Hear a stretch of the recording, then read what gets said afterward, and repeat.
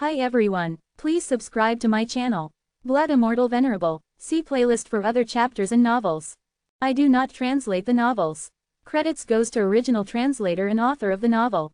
I only make it as an audiobook so it would be easier to just listen while doing other things.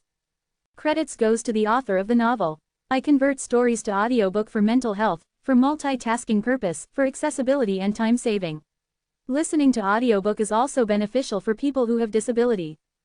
It improves our listening skills and improve our English comprehension, vocabulary and other things. So, thank you for listening. Thank you and thank you very much for your support. Chapter 1941, Action. The strength of Walton's body was nothing to the time elk, but a thick current of internal momentum escaped Walton's body, leaving others with an intense feeling of heaviness. He was as sturdy as a thick brick wall, able to block the time elk all by himself. Howl! The time elk suddenly burst into a shrill roar. It had been at war with these consummate true gods for a long time, and it was strong enough to defeat any one of them at any time, all by itself. It could even devour all these consummate true gods within several seconds. However, the time elk was overwhelmed by sheer numbers. The consummate true gods were like a pack of wolves, and the time elk was like a helpless lone bull. No matter what kind of technique it used to attack, the true gods' combined efforts rendered it useless. Despite the time elk's great strength, it was helpless. The time elk suddenly let out a thundering roar and shook its thick wings, pushing into the ground with its powerful, muscular legs. Then it crashed into Walton. Its head down, the time elk rushed, and the surrounding space was torn open with huge cracks, resembling a beast's irregular, jagged teeth. However, the space in the divine land was not only stable, but also possessed great self-regenerative strength. The small space cracks began to shrink almost as soon as they appeared, and were soon gone. Ha ha, come on. With a wave of his huge hand, Walton slashed at the air with the purple machete. Streaks of yellow ochre power radiated in circles around the purple machete, its power warping and distorting the surrounding space, making it look as if the thing Walton was waving was not a machete but a mountain. Bang! The two huge forces collided. The surrounding space tore violently, and the repeated impact of the conflicting forces continued to ravage it faster than it could repair itself. Some of the space cracks were like sharp arrows flying in all directions. Fortunately, the true gods had escaped to the other part of the valley. Otherwise, the black gashes in space, now spreading rapidly, would have cut them to shreds. The Earth godly way was not an aggressive godly way. Even though the power of the slash was shocking to any who observed it and extremely powerful, it was still not powerful enough to hurt the time elk. Howl! The time elk's head began pushing Walton's machete. Even though Walton was connected to the Earth, he still couldn't block the time elk's advance. With the time elk advancing towards him, Walton began to retreat. His feet dragged on the ground, creating two deep furrows. Once he had retreated to a distance of several hundred feet, the time elk suddenly twisted its body, hitting Walton and sending him flying for a distance of 70 to 80 feet. The time elk was not unintelligent. Back when they were outside the valley, it had already wasted a lot of time on Walton, but he was resilient and remained on his feet, retaining composure and control. On the other hand, when the other consummate true gods had come in and tried to fight it, their techniques resulted in the time elk becoming unstable and chaotic, stimulating it and solving their crisis. Wow, it has become so clever, said the consummate true god of the Zhao clan. It's useless. As long as it doesn't go crazy, it won't be much of a threat, Rochelle said as she lightly waved the two weapons in her hands, drawing a beautiful arc in the air. In the blink of an eye, she appeared above the time elk, light as a butterfly. Standing on tiptoe atop one of the time elk's huge horns, she raised the short sword and shot machete in her hands, and somersaulted backwards, as if she were about to dive. Swish! As she fell, her pure eyes turned bloodshot. Her whole body suddenly turned into what looked like a ribbon of blood, circling around the time elk. As she continued whirling around the time elk, her sword slashed at it, cutting through its body. Anyone who had managed to reach the consummation of true god realm could not be weak, and had their own unique techniques and signature moves.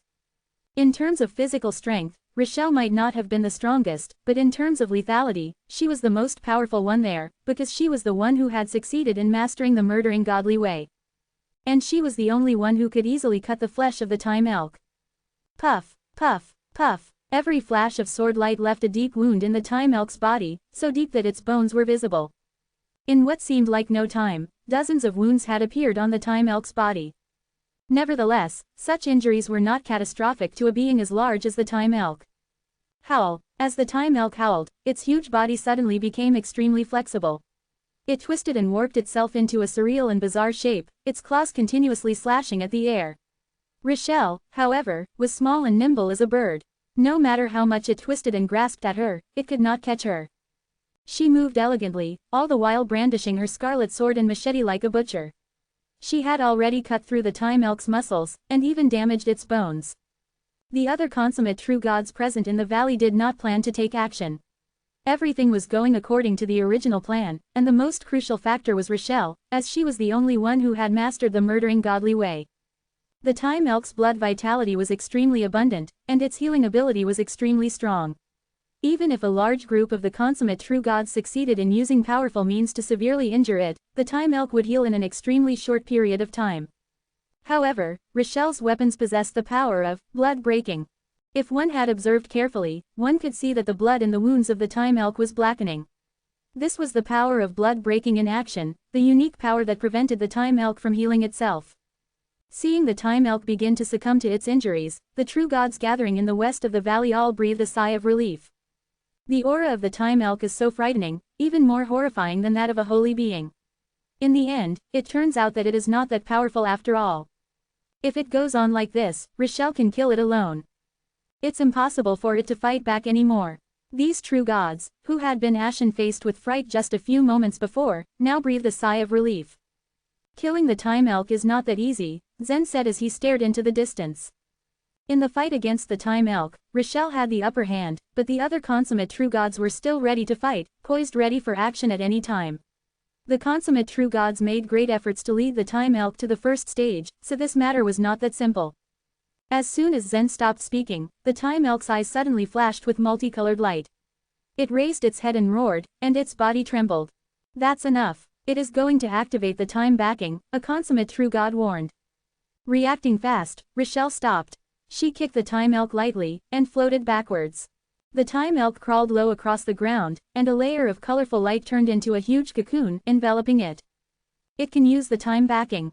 Only when they had witnessed this did the true gods finally come to this realization. The time backing of the time elk came from the timing godly way. It was essentially different from that of the female leader of the sun-blind race. The only thing it could turn back was itself. When the time elk's injuries were serious, it would use its own talent to perform the time backing. It quickly wrapped itself in a thick cocoon and began self-regenerating. The wounds inflicted on its body by Rochelle began disappearing, one after another in rapid succession, and it soon returned to its previous healthy state. At this moment, the other consummate true gods were ready to take action. Fortunately, the time elk was able to activate time backing only once in a while. No matter how severe the injury was, it would be able to recover and go back to normal by performing the time backing, but it could not perform it at will. Therefore, they asked Rochelle to force it to activate the time backing, and then killed it before it could use it again.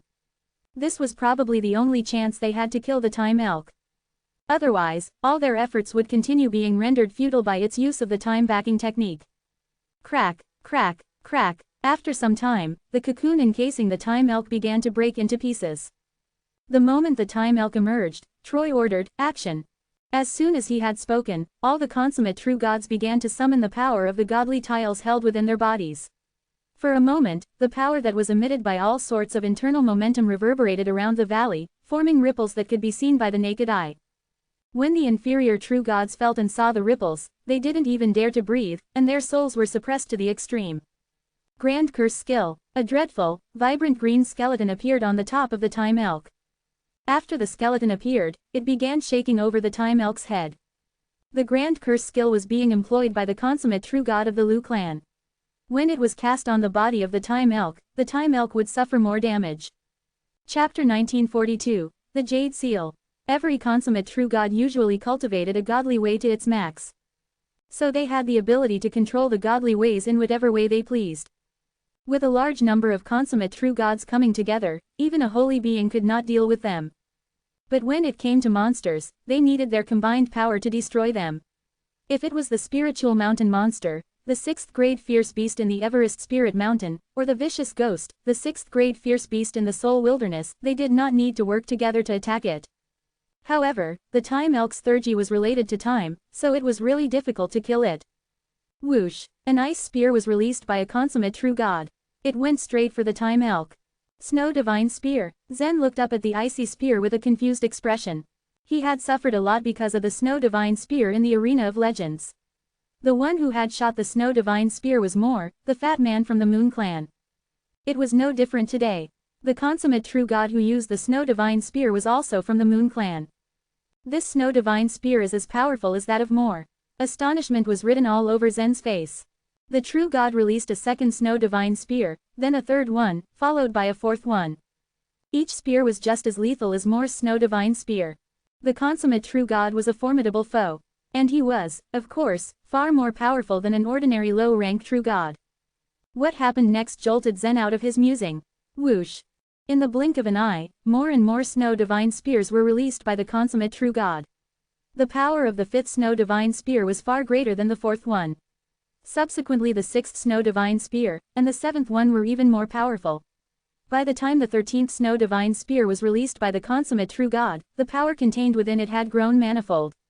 Even if one wasn't stabbed by the deadly spear, just a light touch was enough to smash them to pieces. This was the power of the consummate true god. Zen was shell-shocked. The other true gods were just as fearsome. The flowing internal momentum in the sky transformed into a variety of attacks aimed at the time elk in the distance. I can absorb all of this internal momentum. Zen was quite excited at the prospect. Perhaps no one would notice him in the chaos. It was possible that some holy beings outside the time-sea forbidden land would notice his actions, but he had already exposed almost all of his skills as he was in great danger now. It was meaningless to hide anything anymore. Buzz. His eyes quietly lit up and a golden circle of light was visible in them. He started to absorb the internal momentum in the valley. No matter how complicated the internal momentum was, he could understand it with the help of Infinity Ruler. He lit up a scale on the Infinity Ruler, and then a streak of light shot out from it and zoomed into a cube on his godly tile.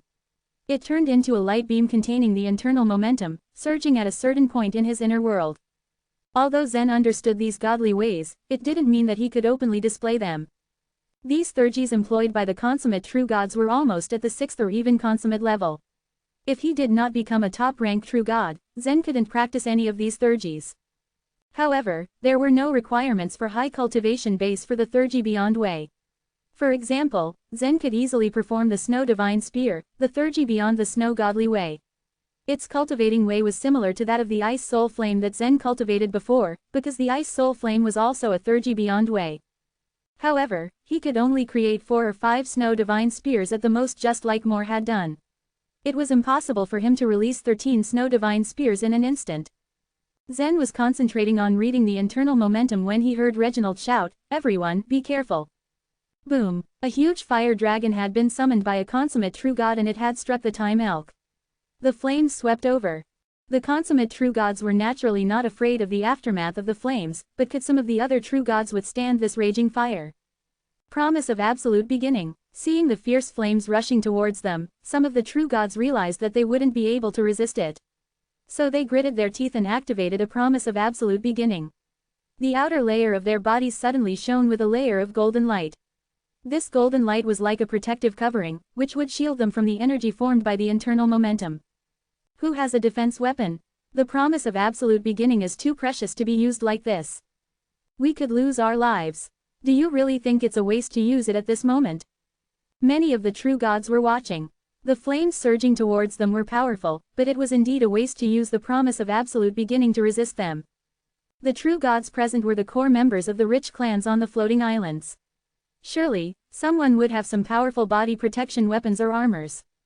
I have a body protection bell. Buzz. The true god activated his weapon, and a large golden bell appeared and immediately enveloped him. However, this big bell could only protect him and not the others. The other true gods would have to think of their own ways of protecting themselves. Thad, come here, Kelsey yelled at Zen. She had a small ring in her hand. It appeared to be an extraordinary defensive treasure. He might not need it, LaQuisha said with a mysterious smile. Zen nodded to Kelsey. The flames were fatal, but they were unable to destroy his body. Then Kelsey turned to the golden ring and cried, "Grow, grow." The ring began expanding and soon enveloped the 3 women of the Han clan. Wow! Soon, the flames engulfed the entire valley. The true gods resisted the attacks using their body protection weapons. Some of them had no other way to defend themselves and could only activate a promise of absolute beginning. Zen was the only one who was able to absorb the flames with the golden light emanating from his entire body. Holy Drew helped Zen refine his body in the divine refinement Forbidden Land, and raise his physical body to a new level. His body became more selective of the flames. However, Holy Drew didn't give any clue as to whether his body could still be strengthened. What's with the golden Sanskrit words on this guy's body? Oh wow, he's absorbing Isaac's demon-burning flame. He's not even afraid of the flames released from the consummate true God. What a guy. Although the fire was not as fierce as it was in the beginning, it could not be ignored completely.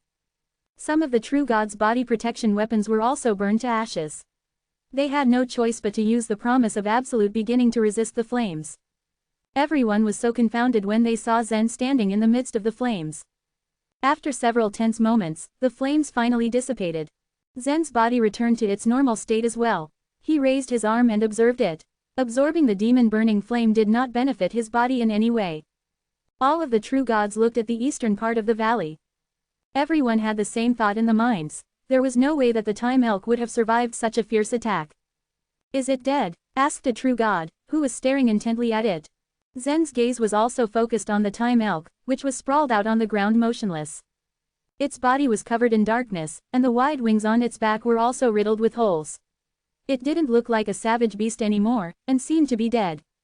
The consummate true gods warily moved towards the time elk.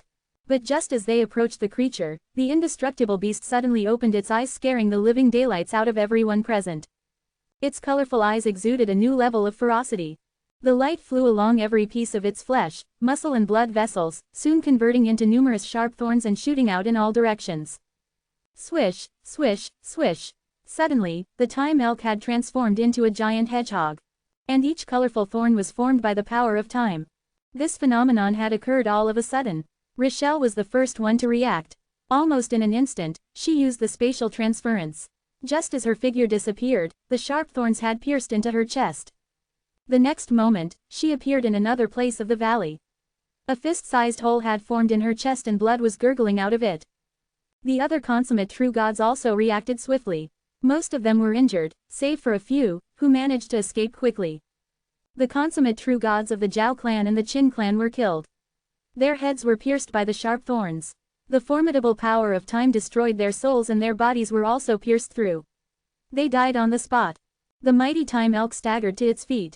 It seemed to be unable to use the time backing, so it let out a desperate roar. All the spikes flew back to its body, and at the same time, a colorful halo spread out from its feet. The time elk was sucked into the halo immediately. Everyone was still frozen in fear, but they saw a small jade seal appearing in the center of the halo. Chapter 1943, Time Passage. A small slender snake was carved on the top of the jade seal. The little snake raised its head and flicked its tongue, as if it were alive. The jade seal was quite inconspicuous at a glance, a little thing, about the size of a thumb. But all the true gods in the valley had exceptionally sharp eyes. Even a tiny mosquito would not escape them. Thus, the atmosphere of the valley suddenly became charged. Had they come across this seal in any of the other forbidden areas, the true gods would have probably all rushed forward and fought to get their hands on it. But here, nobody dared to take a move. Everyone, including Rochelle, knew that anyone who moved would become a target. The strong power of time that radiated from the jade seal tortured the souls of every consummate true god with longing. Even if it was only a first-grade supreme treasure of belief, to the true gods, it would be worth fighting for. Because this was the time-sea forbidden land. Usually, any supreme treasure of belief that had a connection with the time in godly way had powers and functions one could only dream about. Seeing that this jade seal was emitting such a strong power of time, they could tell that it was definitely not a first-grade supreme treasure of belief. It was at least third grade, or even fourth grade. Outside the time-sea forbidden land, even those holy beings couldn't contain their excitement at this moment. Every supreme treasure of belief in the time-sea forbidden land was by no means ordinary, and this jade seal seemed all the more unusual. They tried to act as if they were not affected at all, hiding their extreme excitement. However, they were all, in fact, secretly communicating with their consummate true gods. Get that jade seal, at any cost. You must take the jade seal out of the time-sea forbidden land. Use the right tricks. These holy beings, however, were also very conflicted in their minds. One thing was clear for the consummate true gods: whoever rushed to the circle of light would be attacked by all the other consummate true gods. If one of them was attacked by dozens of other consummate true gods at once, even the exceptionally powerful ones, like Walton, Troy or Sean, would surely die. If the consummate true gods were slow to react, however, they would undoubtedly lose the opportunity to obtain the Jade Seal. The valley was engulfed in a heavy, oppressive silence. The atmosphere among the inferior true gods, on the other hand, was relatively relaxed. There seems to be a Jade Seal over there. It's a supreme treasure of belief in the Time-Sea Forbidden Land. Well, do you think they will fight for it? Of course, I honestly don't really care, as long as their fight doesn't harm us. With their cultivation level, these true gods were not qualified to participate in the fight for the Jade Seal. They could only stand and watch from the side. Zen's gaze swept the valley and landed on the Jade Seal. The expression in his eyes was one of utmost calm. It seemed like a fight in the valley was inevitable. He only wondered who would win and get the Jade Seal in the end. The circle of light is spreading. Zen, too, had noticed that something was changing, after having observed the scene for a while. When the Time Elk died, a multicolored circle of light and the Jade Seal appeared under its feet. After a while, the circle of light that had pooled on the ground around it did not disappear. On the contrary, it was expanding. The power of time that the Time Elk had exuded before was of a discontinuous nature. Similar to the seawater in the Time Sea, it was formed through the condensation of individual time fragments, and the structure was irregular and covered in cracks. However, there were no cracks in the power of time that wrapped the Jade Seal. It was a complete power of time. No one knew what would happen as it continued to spread. Standing still, many of the consummate true gods exchanged lengthy looks. Troy was the first to break the silence. This Jade Seal looks extraordinary and it must be very precious. I'm sure none of you are willing to easily give it up. Of course, replied a middle-aged man in armor. He was holding a sword, and its blade was circled by a faint stream of light. I suggest that we take this treasure out of the Time-Sea Forbidden Land and let the Hall of Holy Beings decide, said Troy. Rochelle, Walton and some other consummate true gods all remained silent. They and the Dongfang clan were family. Naturally, they would accept this proposal. Troy, are you kidding? Why didn't you just say that we should offer it to the Holy Emperor of your clan? A consummate true god from the Sword Clan said sarcastically, sneering in disgust. He's right, what are we fighting for then? Is it possible that Nicholas of your clan could slice the Jade Seal into pieces and distribute them to us? The one who spoke was a consummate true god from the War God Hall. The Dongfang clan occupied a large number of seats in the Hall of Holy Beings, but it was not so influential that no big clan could contend with it. For example, the Sword Clan and the Moon Clan were both forces that could not be ignored. But if the Jade Seal was sent to the Hall of Holy Beings, it would cause even bigger dispute. Troy's face darkened. Well, seeing as you don't agree with me, you must have a better idea, he asked in a mocking tone. Who, then, should get the Jade Seal? It should belong to whoever manages to take it, obviously. Hearing this, a consummate true god from the Moon Clan sneered. Like a candle going out, he disappeared on the spot. The first consummate true god that acted might face the biggest risk, but the possibility of him getting the Jade Seal was also the highest. Dream on. The Jade Seal belongs to our Tang clan. Nobody responded to this proclamation. Instead, all the consummate true gods moved, simultaneously, towards the place where the Jade Seal was. Even the most calm of the consummate true gods, like Troy, moved instantly and swiftly. However, at the same time, a strange scene manifested itself before their eyes. None of the consummate true gods that had moved towards the colorful circle of light ever managed to touch the Jade Seal. Their figures seemed to flash, like holograms, above the Jade Seal for a moment. Then they stopped, their figures appearing frozen in time, their arms outstretched to grab the seal, but motionless. They all had a strange look on their faces. They lingered for a while, but in the next moment, their figures began to gradually fade. The true gods in the valley were all shocked. When they saw the consummate true gods scrambling for the Jade Seal, they all expected a fierce fight to begin. They had never expected that such a thing would happen. Where are they? All of them have disappeared. Reginald, Soren and the other true gods widened their eyes in shock. The Jade Seal is still there. A true god shouted. Whoosh, whoosh, whoosh. Without any hesitation, some of the true gods quickly dashed towards the east of the valley. Zen's eyes flashed as he also rushed over. In the end, all the true gods stopped at the place where the multicolored circle of light was pooling. The problem must lie in the power of time, Zen said softly. Pascal, who stood beside him, nodded and replied, yes. The power of time on this stage has already begun to fluctuate. The consummate true gods must have been sucked in. Moments ago, this sheath of colorful light had lain still and flat on the ground. Now, however, it had turned into a colorful vortex, faint ripples faintly disturbing its otherwise smooth surface. Zen picked up a stone from the ground. Aiming at the jade seal, he hurled the stone towards it. Phew! The stone made a swishing sound, and as soon as it entered the colorful circle of light, it disappeared. Seeing this, Zen frowned slightly. What he had guessed turned out to be correct. The consummate true gods could use the spatial transference to move, so when they moved to the place above the jade seal, they were sucked in by the colorful circle of light. In fact, anything that touched the edge of the colorful circle of light would inevitably be sucked in. Have those consummate true gods already died? A true god asked. As Kelsey heard this, her face immediately darkened. Stop talking nonsense, she said angrily. Alfredo was, after all, sucked into it. Soren looked towards Kelsey. No, they haven't died, he said. These streams of power of time are continuous. I think people can pass through it safely, but I don't know where it will lead to. Theoretically, the time sea of the divine land could lead to any point of time in the past. But the time sea was made out of time fragments, and there were countless time cracks. Therefore, any creature that fell into the time sea would be cut into pieces by those cracks, and then these pieces would fall into different times in history. However, the power of time in front of them was a complete time passage, unlike that of the time sea. Should we go in? Another true god asked. Haha, it is possible that those consummate true gods will never be able to come back. We cannot know for sure what has happened to them. If you go with them, you will be flirting with death. A true god taunted. A helpless expression appeared on the faces of many true gods. The jade seal was so close to them, but they couldn't even touch it. This made everyone feel depressed. Zen stared at the colorful circle of light for a short while. After making up his mind, he turned around to look at Laquisha and said, I'll go in, too. Hearing Zen's words, Laquisha's fine eyelashes trembled slightly. Why? She asked. Elena and Kelsey also looked at Zen. It seemed to be a reckless decision. As the other true gods had already said, it was too risky.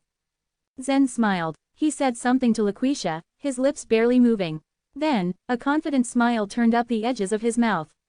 Without further ado, he proceeded to jump into the colorful circle of light, followed by the screams of the true gods he left behind. Chapter 1944. The Insect with Pincers. Oh no, he has really jumped into the halo. Doesn't he care about his own life? Thad. The true gods hadn't expected Zen to really jump, which was why they were so astonished when he did. Elena's and Kelsey's eyes were wide open, their hands at their mouths in shock. After a while, Elena whispered, Laquisha, what did he say to you? Laquisha was lost in thought. At Elena's question, she smiled and said softly, he asked me to wait for him. Laquisha knew Zen's motives very well.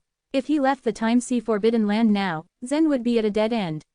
Everyone knew what would happen to him if Nicholas were to lay hands on him. It was a fact that Samuel couldn't save him. And although Joy was a demi-holy being, she couldn't win against Nicholas either. Zen might just get lucky by jumping into the light and be able to reverse what was happening. Another figure in red jumped up and into the colorful light, disappearing from before everyone's eyes and leaving behind circles of shallow ripples that spread slowly. It's Nellie. She has also jumped in. Young people are getting bolder by the day. Laquisha was encouraged, seeing that Nellie had also jumped in. No one knew where the colorful halo led to. Perhaps it led back to the past, or perhaps it led to a dangerous, secret land where they would all meet. But Laquisha was willing to take the risk, as long as it was for Zen. Crack. While Laquisha was lost in her thoughts, Elena grabbed her clothes from behind. She whispered to Laquisha, Laquisha, you have to trust him. I'm sure he will return safe and sound.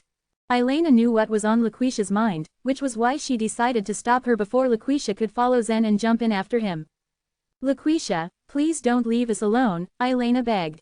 Laquisha looked at Elena's pleading face and heaved a sigh. Zen had always been able to turn any kind of bad luck around. She hoped that he would return safely this time as well. Following this, about 30 true gods jumped in one after another. A few of the true gods tried to use their techniques to get the jade seal out. But everything disappeared as soon as it entered the light. They had tried all sorts of methods before they were left with no choice but to give up and think about leaving the time sea forbidden land instead. The moment he jumped into the colorful halo, Zen felt his whole body become soft, as if it had turned into an infinitely long noodle, sliding towards the bottom. The surrounding scenery also morphed into something very strange. The colorful light stretched unceasingly, turning into colorful noodles. Zen studied the noodles carefully. He could see a few flesh-colored noodles and stared at them for a while before he recognized that they were other true gods. Like his own, their bodies were stretched like noodles too and fell along the light beams. I wonder where this time channel leads to, Zen thought. But no matter where he went, it was better than walking out of the time-sea forbidden land and falling into Nicholas's hands. Besides, time and space were two closely linked concepts. For example, the countless time fragments in the time sea were independent spaces, but they represented the past. Crank, crank, Zen suddenly heard a strange sound. He looked up in time to see a black noodle slide by. Is it an insect? Zen murmured, his heart skipping a beat. A pair of pincers sat on the top of the black noodle, like scissors, and behind these pincers were dark eyes that shone brightly. On both sides of its long, thin body were slender feet, like those of a millipede. Once Zen had jumped into the halo, he could only move along these colorful beams of light. He couldn't move by himself. The other true gods were the same. However, the black insect waved its slender feet and could swim in the beams of light. A few moments later, it swam above a flesh-colored noodle, waving its scissors like pincers. Does it want to eat that true god? Zen's heart skipped yet another beat. Under the circumstances he was in, Zen couldn't even make a sound, let alone resist. He soon saw red spots emerge from one end of the flesh-colored noodle. It's blood, Zen exclaimed, his eyes narrowing. The black insect swallowed the flesh-colored noodle inch by inch, actively reducing its length. Crank, crank, the black insect swallowed the true god and began to wander in the light again. On witnessing this, all the true gods were fervently praying that the black insect wouldn't choose them. But not long after, the insect finally chose another true god, crawled slowly up to him, and swallowed him inch by inch. I don't know who the true gods that have been swallowed up are. They were so unlucky, Zen sighed. He knew that it was rather pitiful to die like this. Just as Zen thought this, the black insect wandered for a while, and then made its way to him. Holy garbage, Zen said, his heart sinking. As the black insect got closer and closer to him, he became more and more anxious. He didn't know how long this channel would take. He would probably die if he didn't leave this channel soon. Crank, crank, the strange sound became louder and louder. The black insect got closer and closer to Zen, and Zen became increasingly nervous. A sudden light glowed from below him at this moment. He looked down and saw that the streak of light had stopped close by. At the end of it was a small halo, exactly the same as the one he had seen in the valley. Is this the exit? Zen muttered to himself, his heart thumping wildly. Although he had descended at quite a pace, the black insect moved faster in the light. Zen didn't know if he could hold on. Faster, much faster, Zen thought frantically. The exit was getting closer and closer, but the black insect had already arrived above his head, the pair of pincers looming close to his head. His eyes passed the scissors like pincers. A chill passed through him at the sight of the pair of cold, dark eyes. The pincers were unleashed and bit his head rather violently. Zen felt a sharp pain. In that moment, Zen felt a sudden loosening of his whole body, and then he was free again. Before he could identify his surroundings, he twisted his body and changed direction. He found a pair of huge pincers clamped tightly around him, and spikes embedded in his head. The black insect rushed out of the halo along with him, but half of its body was still stuck in the halo. Soon after, Zen felt the pincers emitting a heavy force. The insect wanted to drag him back to the time channel. Go to perdition, Zen had been like a lamb waiting to be slaughtered since he had been unable to move. But now the situation was different. He grabbed the two large pincers with both his hands, causing a force to rush forth and explode. He then dragged the insect out. At the same time, he summoned his Buddha Emperor sword and heavenly tooth sword. He concentrated his energy, and two balls of strength source appeared outside his body. Zen had almost been eaten up by this black insect, and now that he was sufficiently angry, how could he let it go? He would not rest before killing it. But he didn't expect the two balls of strength source to burst into pieces as soon as they were formed. What happened? Zen exclaimed, astonishment written large on his face. He found that he couldn't use the strength source, and the separate controlling of the purple or a godly way. But he was smart enough to twist the two pincers. And with two resounding cracks, the pincers broke. The insect, at Zen's explosive power, looked at Zen fearfully. It did not dare to do anything else but quickly retreated into the colorful halo. Chapter 1945, Skeleton. Thinking of what he had just experienced, Zen was a bit shaken on the inside. His life had been on the line just now. If he had been even a little slow in responding, the black insect in the passageway would have devoured him in no time. He would have been dead meat. After resting for a while, Zen remembered something. He suddenly reached out and used the cross-world theurgy to extract strength source from his body. However, when the power shaping began, the ball of strength suddenly vanished into thin air, unable to take any shape. What happened? Zen's eyes narrowed as a strange suspicion nagged at him. That was an odd thing to happen. Logically, this should not have occurred at all. He seemed to ponder on something as he once again readied himself, this time about to condense a flame. In the godly tile of his inner world, there existed a square that contained the elementary fire godly way. At the moment, it began to glow. The chaotic energy was constantly extracted and sent outside of his cinnabar field. However, despite this, no internal momentum flowed through his hand currently. Unconvinced, Zen continued to condense other godly ways. He kept trying several times but in vain. It was not until now that Zen was certain of one fact. Is it that internal momentum cannot be condensed in this world? He mumbled to himself. I don't know if it is only me who can't condense it or if all true gods struggle in doing so. Nothing is wrong with you. Perhaps it's this world that is abnormal. Master Evil's voice sounded out of the blue, interrupting his thoughts. Zen had left the golden beast statue in the Time Sea Forbidden Land, causing Master Evil to manifest once again in Zen's mind. He had followed Zen to reach here. Ever since he followed Zen into the Time Sea, he had been witness to a lot along the way. Not only did he come face to face with the holy beings, he saw battles among the consummate true gods, the Time Elk which was a 6th grade fierce beast, and numerous other awe-inspiring things. Although he only had a strand of soul left, he felt that the journey with Zen had been worth every minute. Zen nodded in agreement. Along the way, he had not encountered any other beings except for the long and thin insect. Perhaps it was more likely that the world he was in caused this to happen to him. He looked around, appraising his surroundings. Everything around him was gray and hazy. Except for the shadows of some trees, all that he saw in the distance seemed unreal. Buzz. At this moment, the 5-colored circle of light beneath his feet shrank rapidly. In the blink of an eye, it disappeared, revealing a barren land. If the light was truly a time passage, then could he be in a different era in the history of the divine land? The other true gods didn't come into this world with me. When Zen had descended, he saw many true gods fall with him. However, the light bands around everyone's bodies were different. Zen was unable to tell if they had landed at different positions in the same era, or if they had entered into times that were altogether different from him. Perhaps this world only acted as a space for a certain period of time built by the Jade Seal. After observing for a while, Zen chose a path and set off. In fact, there was no clear path ahead of him. This was perhaps one of those rare places that few people had ever trod on. Walking along the sparse bushes for a while, Zen noticed the bushes getting lower and lower, the soil under his feet becoming drier. Not long after he passed through the forest, the gray mist disappeared. Before him now was just a boundless expanse of desert. Sand dunes with heights of several thousand feet stood like pillars in front of Zen. At a glance, they looked incomparably magnificent. Anybody here? As Zen looked into the distance, he saw a white figure appear at the top of the 6th sand dune. Although Zen's eyesight was extraordinary, the figure seemed blurry to him. He had no way of telling what the person looked like from this distance. The figure waved at him frantically. Whoosh! Without wasting a second longer, Zen's body flashed and turned into a sharp arrow, hurtling forward. Although Zen was still unable to fly in the air, he could move on the desert at an astonishing speed. It only took him a few seconds to cross a sand dune that was over 1,000 feet high and about 10,000 feet wide. Before he knew it, Zen had reached the top of the 6th dune where the figure had appeared before. As his feet stepped onto the hot sand, however, Zen looked around with a puzzled expression on his face. The shadow of the figure had vanished from sight. It's strange. It was here just now. Zen frowned. Master Evil was also immersed in observing the surroundings.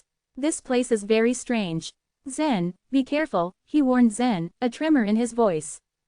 Zen nodded and turned. His expression immediately changed, one of unfeigned surprise. The forest has disappeared as well. He had only just entered this desert, and the forest behind him seemed to have melted away. Master Evil's voice broke through his thoughts once again. Zen, the figure is here again. Zen's gaze swept across the dunes and he saw the faint figure on the top of the sand dune on his right, which was not so far away. The figure gesticulated at Zen wildly. Zen's eyes flashed sharply. No matter who you are, I will find you. Whoosh! Zen transformed into a sharp arrow, traveling along the side of the giant sand dune with the speed of light. Each step that he took on the sand blew the particles into the air, causing a burst of sand rain. But when he arrived on the sand dune where the figure had just now been, it disappeared in an instant and reappeared on a sand dune further from him. Without hesitation, Zen continued to follow the figure. He traveled for thousands of miles. The scenery around him did not change a bit. Sand dunes still connected each other. The endless stretch continued without break. He did not see a single living creature along the way, not even a cactus. Zen, the shadow is strange. You'd better stop chasing it. Master Evil frowned, anxiety tracing his voice. Zen had been trying to catch the figure fruitlessly. Zen laughed. Even if I don't chase it, I still don't have a way out. What more is there to worry about? He had fallen into a desperate situation back in the Time Sea Forbidden Land. Within the forbidden area, he could not use the mountain token. After leaving the area, however, it was even more impossible that he could use the token right in front of the holy beings to escape to the fairy palace. Since he had no way back, he could only march ahead. As Zen finished speaking, his eyes flashed. The shadow has changed its movement. Previously, the shadow had been waving at Zen from the top of the sand dunes. Suddenly, it pointed to the back of the sand dunes, as if telling him that there was something there. Swoosh, swoosh, swoosh. Without hesitation, Zen shot in the direction the figure pointed. As he stood on the top of a different sand dune, the white shadow disappeared like before. But then Zen saw the shadow appear at the bottom of the sand dune. The shadow pointed to a human-shaped skeleton on the ground. In the very next second, it easily crept inside the skeleton. Splash! As he slid all the way down the sand dune, Zen slowly approached the human-shaped skeleton. The puzzled expression on his face deepened. The sand dunes in the desert flowed with the wind. If someone died here, the body would be buried in the sand in the matter of a few days. It was impossible for it to lie on the surface of the sand like this. From the traces on the surface of the skeleton, one could not tell how many years it had been since the person died. Zen, look at the hand of the skeleton. Master Evil pointed out. Zen's gaze zoomed in on the 3 faint black rings on the skeleton's fingers. The rings were well made, like a sword that had been smelted and forged back into a circle. Is this the skeleton of the consummate true god from the Sword Clan? Zen asked, stunned. Back in the valley, Zen had observed the consummate true gods of these powerful clans. The consummate true god from the Sword Clan remained silent, but the sharp look in his eyes had left a deep impression on Zen. There was a similar set of 3 rings on the man's right hand. When Zen had run his eye over these rings before, he had been somewhat confused as to why this person wore 3 space rings. He had even asked Elena about it in secret. Elena had told him that the rings were not the kind of space rings that could hold things. Rather, they were symbols of supreme honor in the Sword Clan. They were also precious and powerful treasures that could save one's life. The consummate true god from the Sword Clan was indeed wearing white clothes. Thinking of the white shadow that had constantly flashed before, Zen felt a faint sense of unease rise in him. The consummate true gods had entered the circle of light about 5 minutes before Zen did. And within this short period of time, a consummate true god had died. Moreover, a consummate true god's body could not decay so easily. It would take 10 million or even over 100 million years for the corpse of an ordinary true god to rot and decompose. Moreover, the bones left in the end would still shine with a brilliant light. How long would it take for the corpse of a consummate true god to rot, fester, and eventually turn into a mottled skeleton? It was likely that even after several divine eras, it would not turn into such. Chapter 1946, Sea of Bugs. Zen surveyed the area. Certain that he wasn't in any danger, he bowed to the skeleton with cupped hands. Sir, you must have led me here for a reason. I apologize if what I'm about to do offends you. He had no qualms with the consummate true god of the Sword Clan, but it was necessary to search through his remains for anything he might have left behind. Zen swallowed. He felt uncomfortable and disrespectful touching this consummate true god's bones. Master Evil shook his head in his head. If it were him, he would directly take anything he could find away. Meanwhile, Zen pulled the 3 sword-shaped rings from the dead true god's phalanges and studied them. Still not knowing what to do, he took some chaotic energy and injected it into one of the rings. The moment the chaotic energy touched the ring emitted a bright white light and turned extremely hot. Shoot! Burned by the scorching heat, Zen dropped the ring. As the ring turned in the air, it morphed into a small sword which quickly grew larger and larger. In the blink of an eye, the sword had transformed into a silver sword that was over 300 feet long. The huge silver sword contained a very sharp sword intent. Its blade glinted under the sun, resembling a giant silvery ship. Whoosh! It flew away and pierced through the air, leaving waves of sand in its trail. Bang! With a dull thud, the huge silver sword drilled into a huge sand dune, causing a wide and deep hole in the dune. It continued and drilled into another sand dune. Bang! Bang! Bang! Bang! Bang! Dozens of sand dunes were drilled into by the huge silver sword all the way. The muffled sound spread far away and finally dissipated.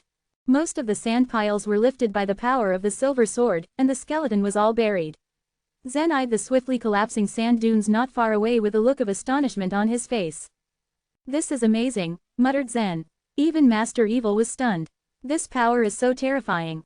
Although Master Evil had lived a lot of eras in the Divine Land, this was the first time he saw such a powerful magic weapon. There was a multitude of true gods in the Divine Land, but very few had reached the consummation of true god realm. The 3 rings were the consummate true god's body protection weapons, and it was not strange at all that they held such power. As he watched, Zen felt his heart sink. The rings had amazing powers and he just wasted one. Sliding the remaining 2 on his fingers, he buried his hands into the sand and willed his strength source to spread out. Crash! The power that came out from Zen's body caused the sandy ground to shake and bubble. With a groan, the sand that piled around him dispersed and revealed the skeleton. He did not know what kind of method this consummate true god used, but Zen was certain that he was led here for something. Crouching down, Zen carefully turned the skeleton over. At last, he found a dark ring on the skull. From the black ring, an almost invisible wave of soul, weak as a thread, could be sensed. That white shadow must have been produced by this ring. And that shadow drilled into it at last, concluded Zen. He extended his hand towards it, and as soon as his fingers made contact with the ring, a faint gravelly voice suddenly spoke. "Here, the desert. It is too dangerous. Go north. Be careful with the black spears."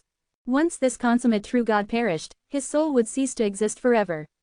With the passage of time, the consummate true god's soul which was stored in the black ring had worn out and almost disappeared. What was left in the black ring was not even a remnant soul anymore, but a wisp of repeated consciousness. Although Zen couldn't hear it clearly, he repeatedly listened to the ring until he remembered its words. There were many things that Zen still did not understand, but what he did know was that this desert was so dangerous that even a consummate true god died in it. If Zen, a mere low-rank true god, came across danger, "Leave this place now," his brain screamed at him. Before he left, Zen glanced at the skeleton. Then, he made a big hole in the ground, laid the skeleton in it, and buried it. After a long time, he should finally be able to rest. Since he had already taken the 3 rings, Zen didn't take the black ring off. It was a spiritual treasure and carried the consummate true god's last wisp of consciousness. It didn't feel right to walk away with the last evidence of his existence. Zen transformed into an arrow once again and shot towards the north. However, not long after Zen left, the sand started to surge from the place where the skeleton was buried. For some reason, the skeleton slowly appeared from the sand and resumed its original state. Even if Zen had obtained 2 powerful rings, his heart weighed heavy in his chest. In the boundless desert, Zen ran north for 6 hours until the sky dimmed. There was no sun in this world and the light just gradually dimmed. 2 hours later, the sky had turned completely dark. The whole desert was completely immersed in absolute darkness, leaving Zen blind. To Zen's surprise, however, as soon as darkness came, the empty and desolate desert suddenly changed.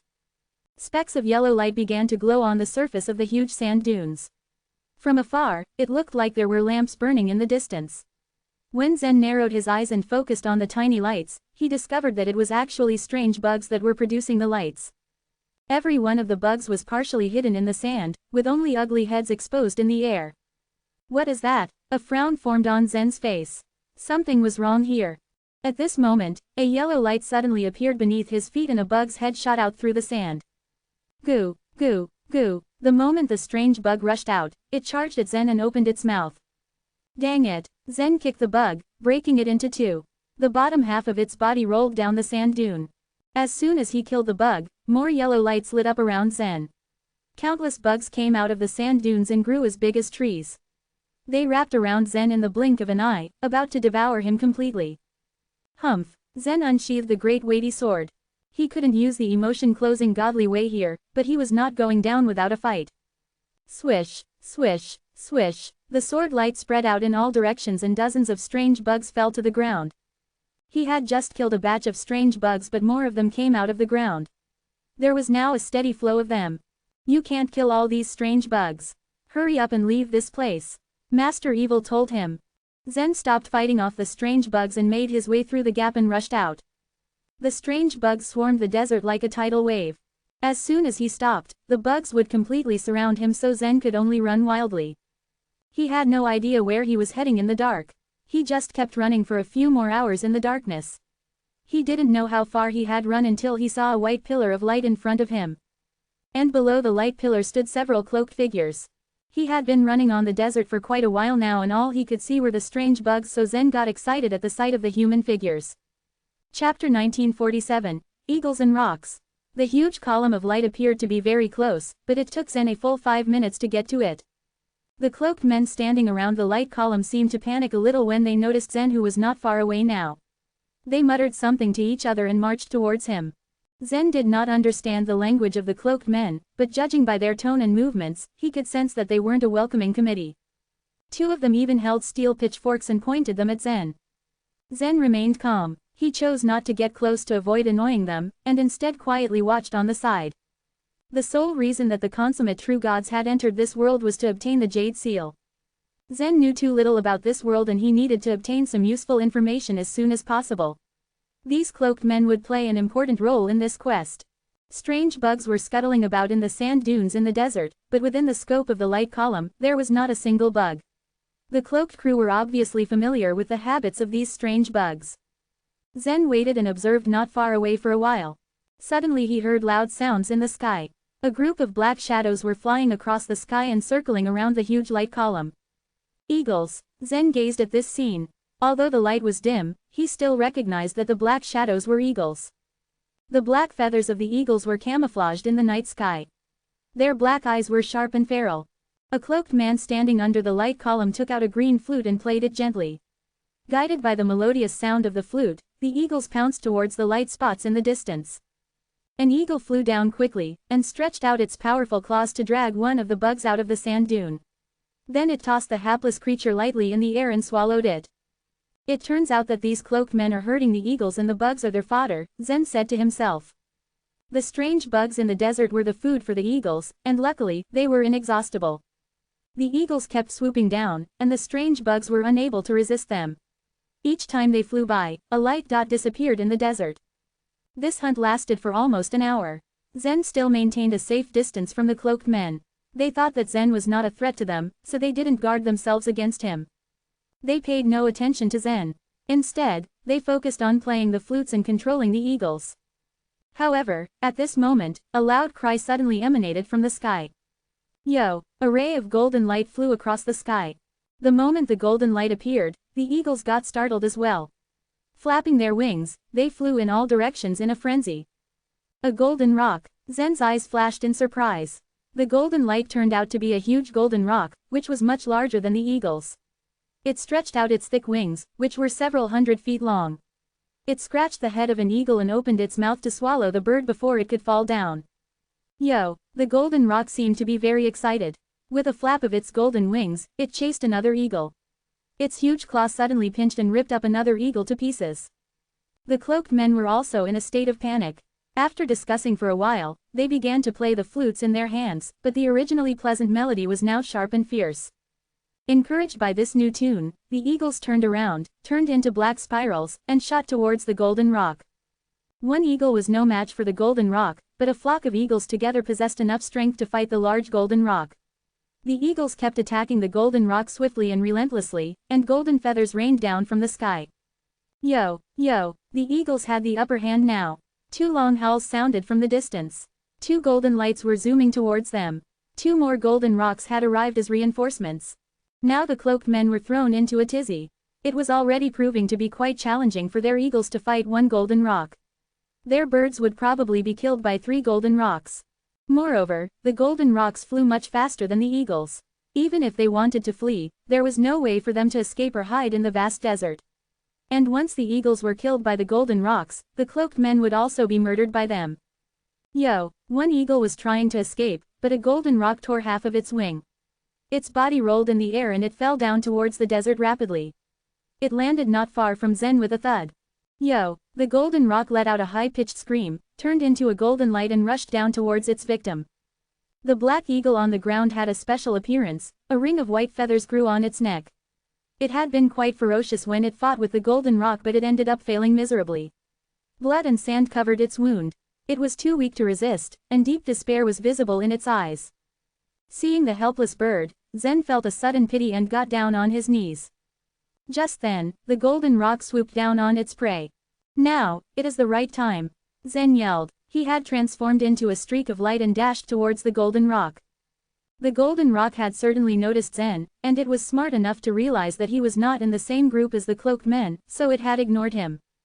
It never expected Zen to launch an attack at that moment. Whoosh! Zen timed it perfectly. When he flew up, the golden rock had no opportunity to dodge the attack. Thump! The birds' skulls were the most fragile parts of their bodies. No matter how vicious the eagles and golden rocks were, their skulls were fragile.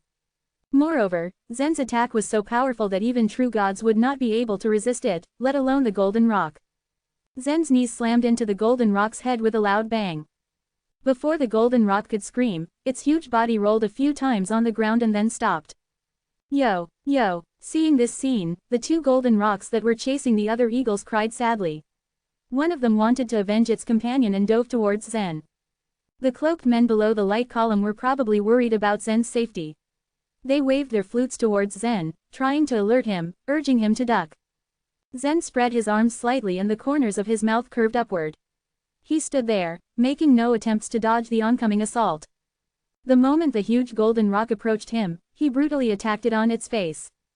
Bang! Sand was flying around. The impact caused the yellow sand under Zen's feet to form a huge ripple which fanned out around him. The cloaked men stared blankly at the dust floating in the air. When the dust settled, what they saw shocked them.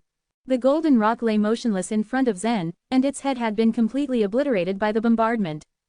Zen balled his right hand into a fist and stared at the only golden rock in the sky with a smile. If this golden rock kept flying in the sky, he would have no way to deal with it. But if it zoomed down, it would be courting death. Yo! The golden rock circled in the air, eyeing Zen with its golden eyes. It realized that it was no match for the human, so it reluctantly retreated. After the golden rock left, the cloaked men under the light column whooped with joy and rushed towards Zen. Two of them raised their hands, bowed and patted their chests.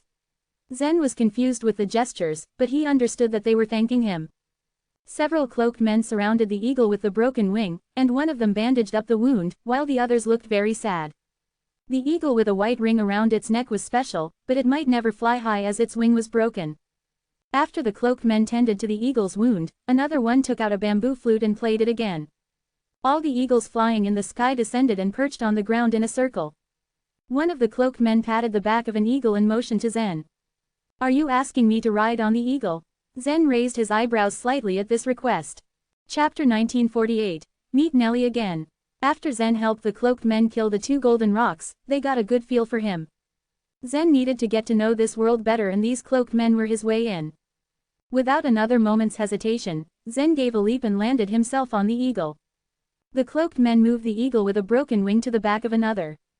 Then, one of the cloaked men pulled out a flute, playing a sweet melody as all the eagles spread their wings into the air and continued to fly through the deep darkness.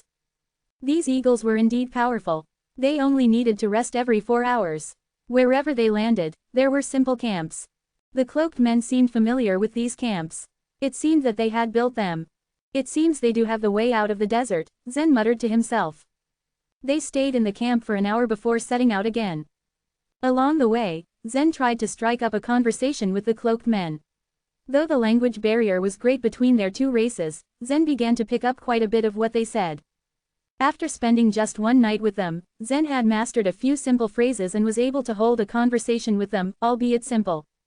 About 14 hours later, a yellow crack struck across the dark sky. It looked like one infinitely long sword, stretching across the whole darkness. It quickly expanded, and the entire world was bathed in the bright daylight in the blink of an eye.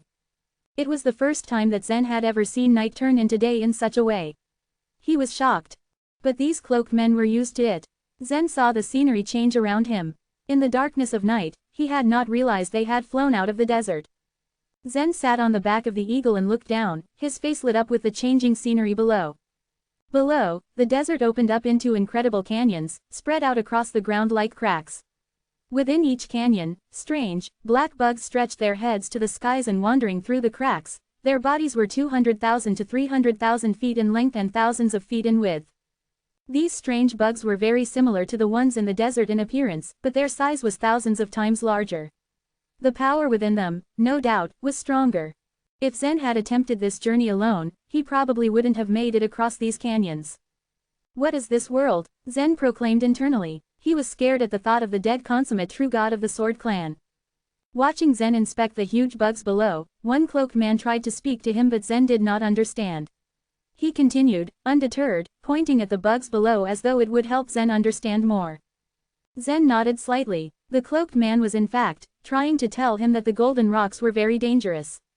He had then tried to explain that the giant black bugs were even more deadly. Another cloaked man shouted. He was trying to warn everyone. Then, 7 or 8 giant bugs stopped in their tracks and lifted their bodies. They glowered over the desert as they stood up, and opening their huge mouths, they looked ready to swallow a whole mountain. Suddenly, they rushed towards Zen and his companions. The eagles spread their wings and sped higher into the sky. Under the violent shaking, a cloaked man rolled down off his eagle.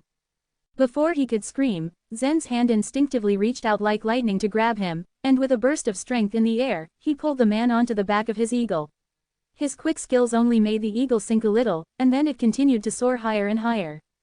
The giant bugs kept approaching at an incredible speed and in the blink of an eye, they had gained on Zen and his group.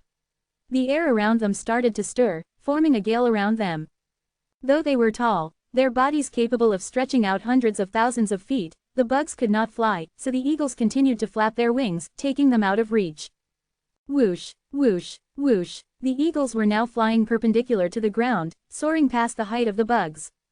The giant bugs gaped at Zen and his group but were unable to catch them, falling from all directions to the ground. Their huge bodies crashed into the canyons, sending shockwaves across the land. Wow! The cloaked men cheered at the bugs, failure from the back of their eagles. They had escaped disaster. The cloaked man sat behind Zen thanked him for saving his life. If it wasn't for Zen, who knew what awaited him in the mouth of the bug? Zen nodded nonchalantly. Indeed, it might have been quite an adventure for the cloaked men but Zen was used to such adversity. His eyes were still focused on the ground below. The canyons, which looked like the scars of the earth, were starting to widen, and the giant bugs spilled out one by one, piling on top of each other. Zen's face hardened with gravity. He knew that with such a large size, they'd need a lot of energy to survive, and thus, need to devour a massive amount of food. With no other living creatures around on the godforsaken desert and canyons, how on earth had so many bugs survived this long? What he saw next turned his world completely upside down. He didn't understand this world. The canyons continued to spread, widening even further before converging into a huge ocean below. But the ocean wasn't made of any water. There was not a single drop of water to be seen. Instead, it was filled with these bugs, bunched up together so densely that it was as though they were one ocean. Black, purple and gray bugs squeezed together, wriggling and writhing like the waves of a restless sea. The sea of bugs, restless and ominous, was terrifying to see. But the eagles continued to flap their wings, carrying the cloaked men and Zen far above the bugs' reach. Zen couldn't keep silent. He needed to understand where these strange bugs came from. And though the cloaked man tried to explain, complete with demonstrative gestures, Zen still did not have the slightest idea what he was talking about. It seems I have to take my time. A trace of helplessness appeared on Zen's face. Over the next few days, Zen would begin to master the language of this race. But today, he was resigned to a few guesses. As they finally passed the vast sea of bugs, the world opened up before them. Emerald green mountains and lakes that glistened in the light cascaded across the landscape. In the distance, a lofty fortress appeared. It took on the shape of a huge eagle's head, tens of thousands of more eagles adorning the city wall around it. Whoosh, whoosh, whoosh. The eagles swerved downwards, carrying Zen and the cloaked men into the fortress. Zen jumped down from the back of the eagle and was greeted by a loud shout. Dozens of cloaked men came towards him, large, black forks drawn against him. Unintelligible sounds kept coming out of their mouths. Zen could not make out a single word. But he could tell he was not welcomed. Enemy? Zen asked calmly, as he scanned his eyes across all the cloaked men. They were no match for him. If he wanted, he knew he'd be able to kill them all in the blink of an eye. Yo! An eagle shot over Zen's head like a sharp sword zooming through the air. It perched by the roof in front of him, a cold stare affixed on Zen. Even the eagle's feathers were reminiscent of sharp swords, holding fierce gravitas around it. Zen gulped, a faint sense of fear washing over him. Feathers. Zen's eyes looked towards the circle of white feathers that seemed to adorn the neck of this eagle. It was the same arrangement as seen on the eagle with the broken wing. It must mean something significant. The cloaked men continued to surround Zen. Those who had brought him to the fortress tried to explain and calm the tensions. From time to time, they pointed at the eagle with the broken wing. From what he could tell, they were trying to tell them that he was an ally and had saved the eagle. It seemed to be working as the hostility subsided and the men put down their forks. The cloaked man who seemed to be the leader bowed slightly to Zen, gesturing at the eagle with the broken wing as though he was saying thanks. Indeed, there was something important about these eagles with the white feathers around their necks.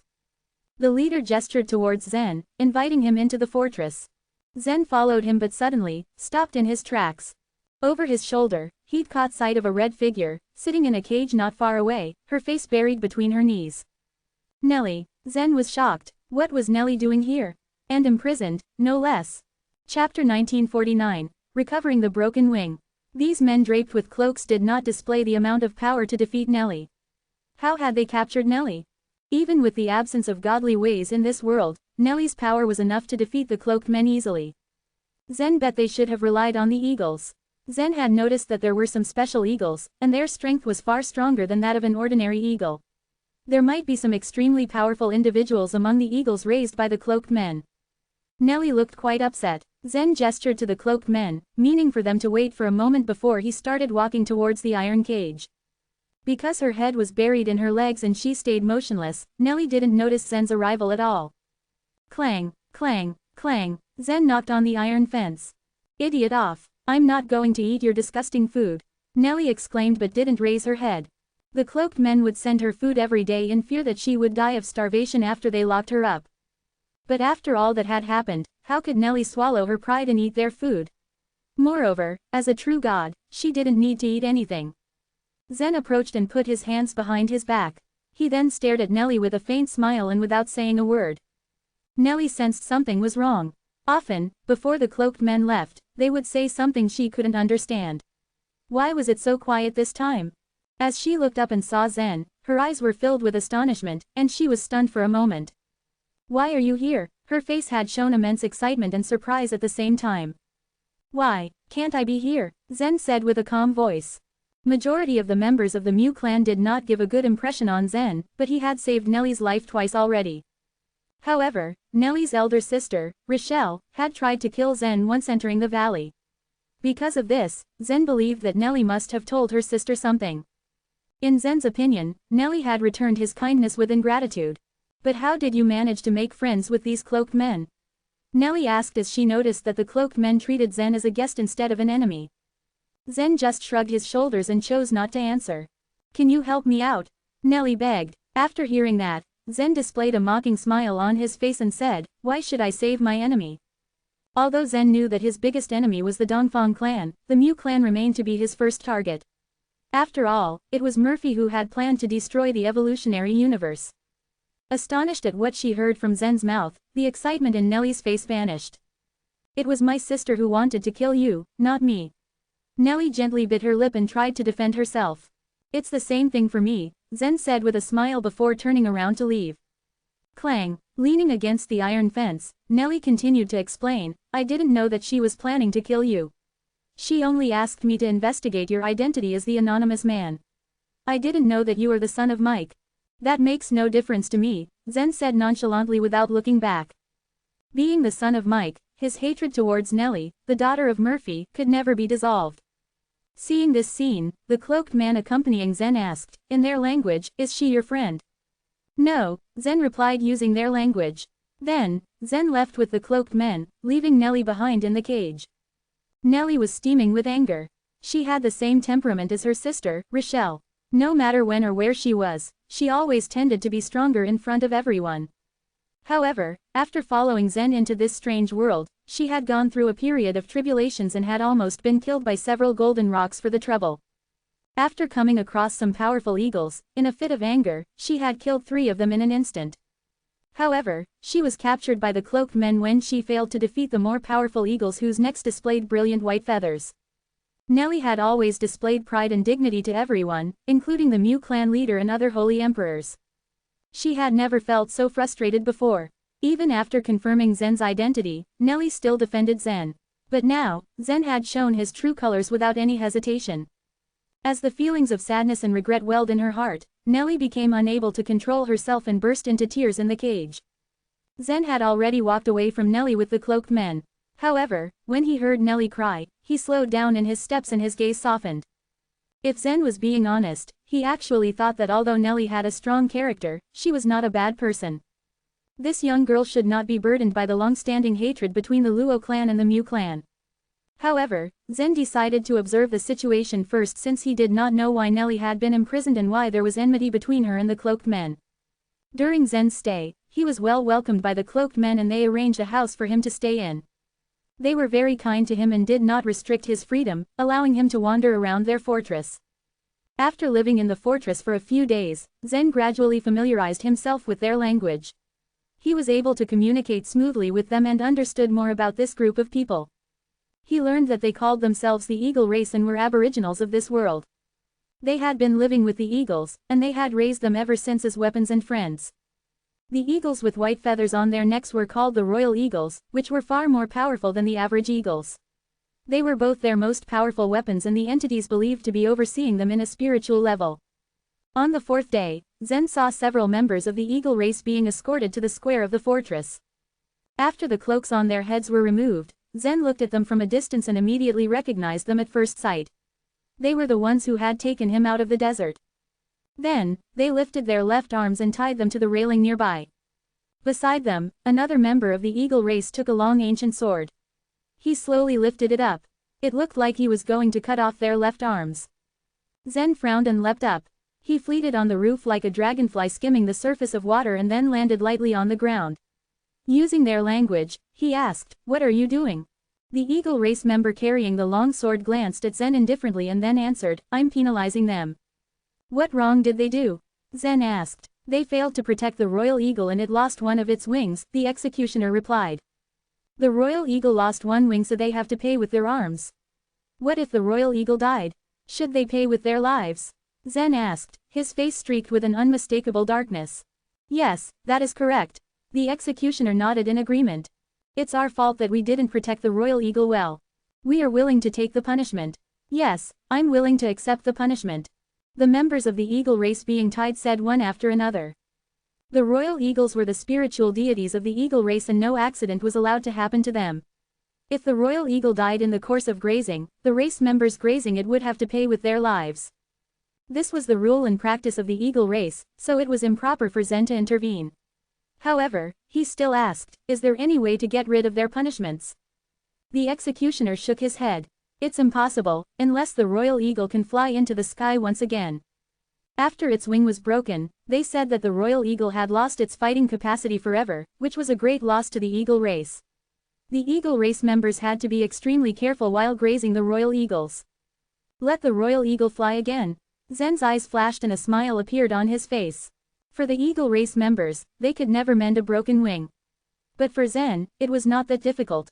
If the godly ways could be used, Zen could directly use the life godly way to help the royal eagle grow a new wing. Now that the godly ways couldn't be employed here, he still could use the pills. He thought for a while and Nellie's face flashed in his mind. He smiled and said, "If I can help that royal eagle recover its broken wing, can you let them go?" "You can recover the broken wing." The executioner stared at Zen with an incredible look. Zen nodded slightly and said in a serious tone, "I suppose so." The executioner looked at Zen doubtfully. He did not really believe what this outsider had said, but he finally put down his long sword. "I have to report this to our chief first." Chapter 1950. Let go of her. The chief that the executioner was referring to was the supreme commander of the Eagle Castle. "Okay," Zen said with a nod. With that, the executioner left in a hurry, leaving all the members of the eagle race awaiting punishment to look at Zen in surprise. You can really do it? You can heal the broken wing of our royal eagle." "Impossible." In their excitement, the voices of the members of eagle race trembled. They were all too willing to take on the punishment. It was an unforgivable sin to let the royal eagle get hurt. it was worse than losing even their own lives. So when they heard Zen make such a sudden promise, naturally, they got riled up. Still, they were worried he was just lying. Oh! After a moment, an eagle was heard singing. Some sort of black light appeared in the sky where the eagle spread its wings and circled the area, flying towards Zen. The moment the black light appeared, all the eagles in the eagle castle grew extremely quiet.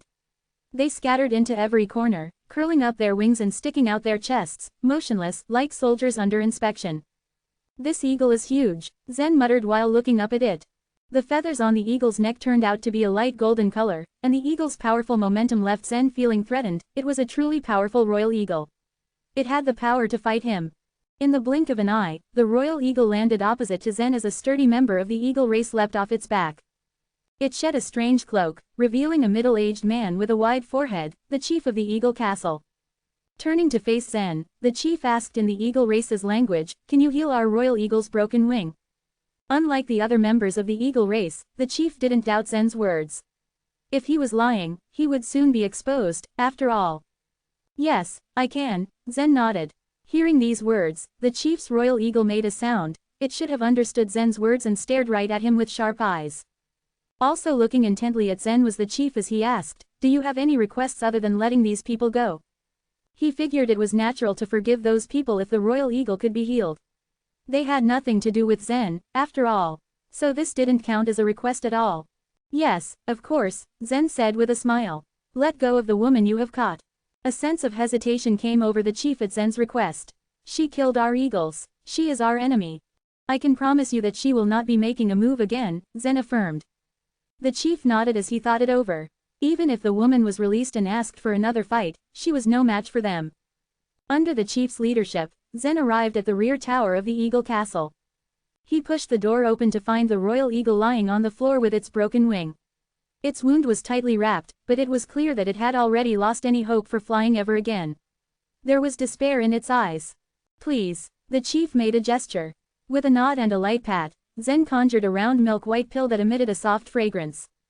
The sweet smell attracted both the royal eagle and the chief. It was merely a 5 times refined pill, something Zen had obtained when he was still on the floating island of the Han clan. It was a magical pill that could help any true god recover from broken limbs. As Zen walked towards the eagle, it grew vigilant. Refusing to take the pill, it seemed ready to attack. Zen turned to the chief helplessly. Then, the chief pulled out a flute and began playing it. The members of the eagle race could communicate with their eagles as such. With the melodious sound in the air, the royal eagle grew calmer, or at least, it opened its mouth more tamely. With a flick of his hand, Zen got the pill flowing down the royal eagle's throat. Then, Zen retreated to the side with a smile. "Oh, oh." The royal eagle behind the chief with light golden feathers around its neck made a few sounds. There was a trace of nervousness in its eyes. Even the chief seemed nervous as he looked at the royal eagle. "How long will it take for the pill to take effect?" he asked. Even with the pill's magical effect, the chief figured that it was impossible for the royal eagle's wing to be healed in a matter of minutes. That was too good to be true. "In just a few moments," Zen answered with a smile. Even a true god could gain a new limb after taking the pill, though they needed to train the new limb that was far from its original. But regaining a limb was nothing short of a miracle in this world. It was barely a minute when the royal eagle's body shook violently, rustling its black feathers. After a moment, a wisp of blood gushed out of the well-wrapped wound as some pale green energy gathered around its broken wing. Bones, muscles, and blood began gathering and growing at a visible speed. "What? So fast? This is indeed a miracle," the chief exclaimed, his eyes widening in disbelief. "Oh, oh, oh," the royal eagle howled in excitement behind the chief. Soon, a brand new wing grew along with pitch-black feathers. "Oh, oh." The eagle flapped its wings, setting off a burst of violent wind that circled out of the window and rushed into the sky. "Thank you so much," the chief was excitedly exclaiming in gratitude and put his right hand over his left chest, bowing before Zen. The royal eagles had an unlimited potential of growth. To lose one was great damage to the eagle race. After all, only one out of thousands could become a royal eagle. When it flew out of the tower, the royal eagle drew cheers from the members of the eagle race outside. They had never seen such a miracle in their lives. It was shocking but certainly delightful. When the exclamations reached her ears, Nellie looked up at the royal eagle in the sky with an aggrieved expression on her face. Ever since she saw Zen a few days ago, he never appeared again. Had he already left the castle? How heartless he is. He refuses to help me even though I am in the face of death. She bit her lip with hatred. Even though the Mu clan and the Luo clan are enemies, I've never treated you as one. She didn't know how long she would be locked up by these people. She was probably there to be executed one day by those eagles. With this in mind, sadness rushed over her, so much so that she could feel her eyes getting glassy. She didn't want to die in the place for no reason. But just then, a figure quietly appeared. Suddenly, Nellie sensed something. When she raised her head, there Zen was, looking at her with a faint smile on his face. But in her eyes, she could sense a touch of mockery in his smile. Why are you still here? Nellie's face darkened, but Zen merely waved his hand and said something to the people behind him. Two men came over and opened up the cage. Still cautious, Nellie didn't leave the cage immediately. Instead, she suddenly stood up and took 2 steps back, her expression growing vigilant. What do you want? I'm letting you go, Zen said flatly. Letting me go? She couldn't believe it. Shrugging his shoulders, Zen turned around and left without a word.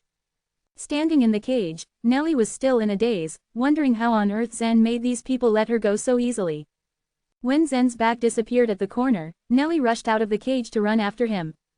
The members of the eagle race held a grand feast to show their gratitude. Nellie took a seat beside Zen. Thinking about how she became a distinguished guest from nothing but a prisoner in the cage, she got rather emotional. Seeing how the eagle race respected Zen so much, she was puzzled.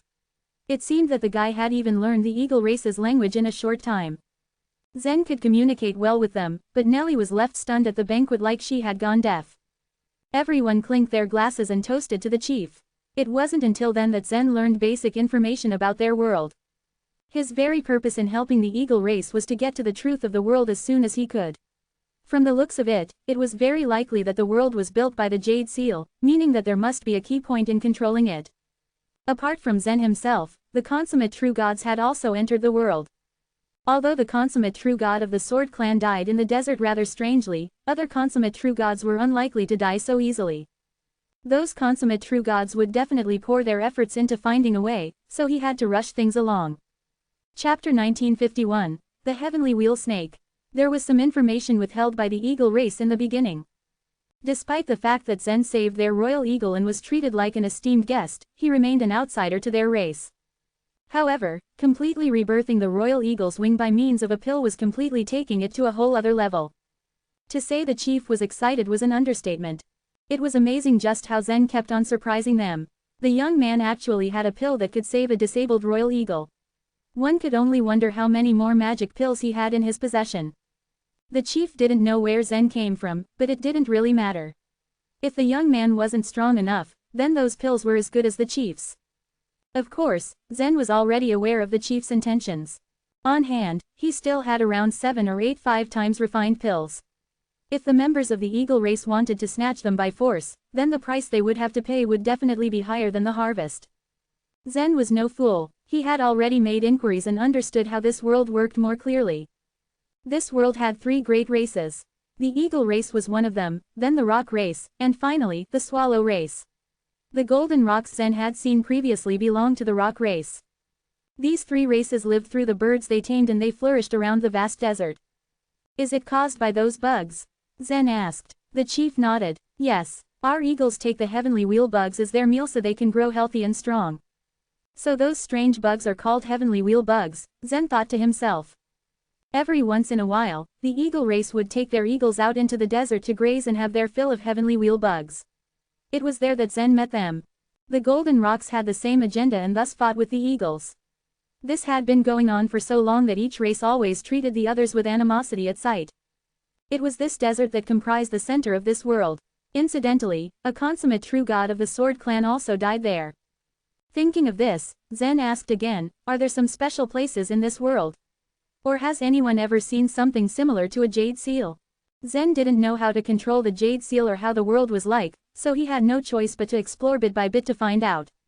What is a jade seal? The chief asked in apparent confusion.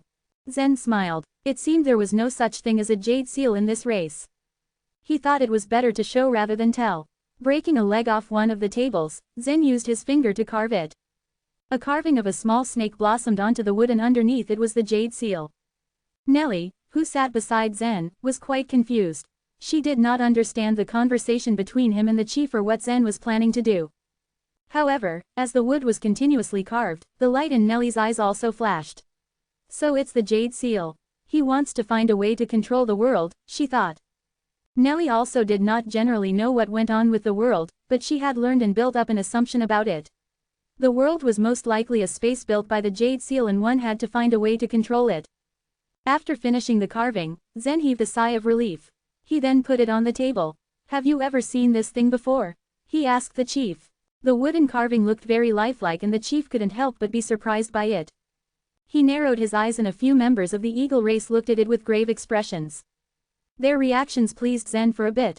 It seemed he asked the right person. Although she couldn't understand what they were talking about, Nellie could very clearly see the expressions on these people's faces and that they recognized the wooden carving. I know the snake, the chief replied after a brief pause. Where is it? Zen asked with raised eyebrows. At that moment, however, the chief hesitated. He seemed to be deep in thought for a bit before sighing. This is the heavenly wheel snake in the heavenly wheel temple. We go to the desert every once in a while and bring a few boys and girls there as sacrifices to the heavenly wheel snake. This is how we protect our race from punishment. His words cast a depressing mood in the room. Offering up sacrifices to the heavenly wheel snake was a serious affair and ensured peace to their race. However, this practice was met with reluctance.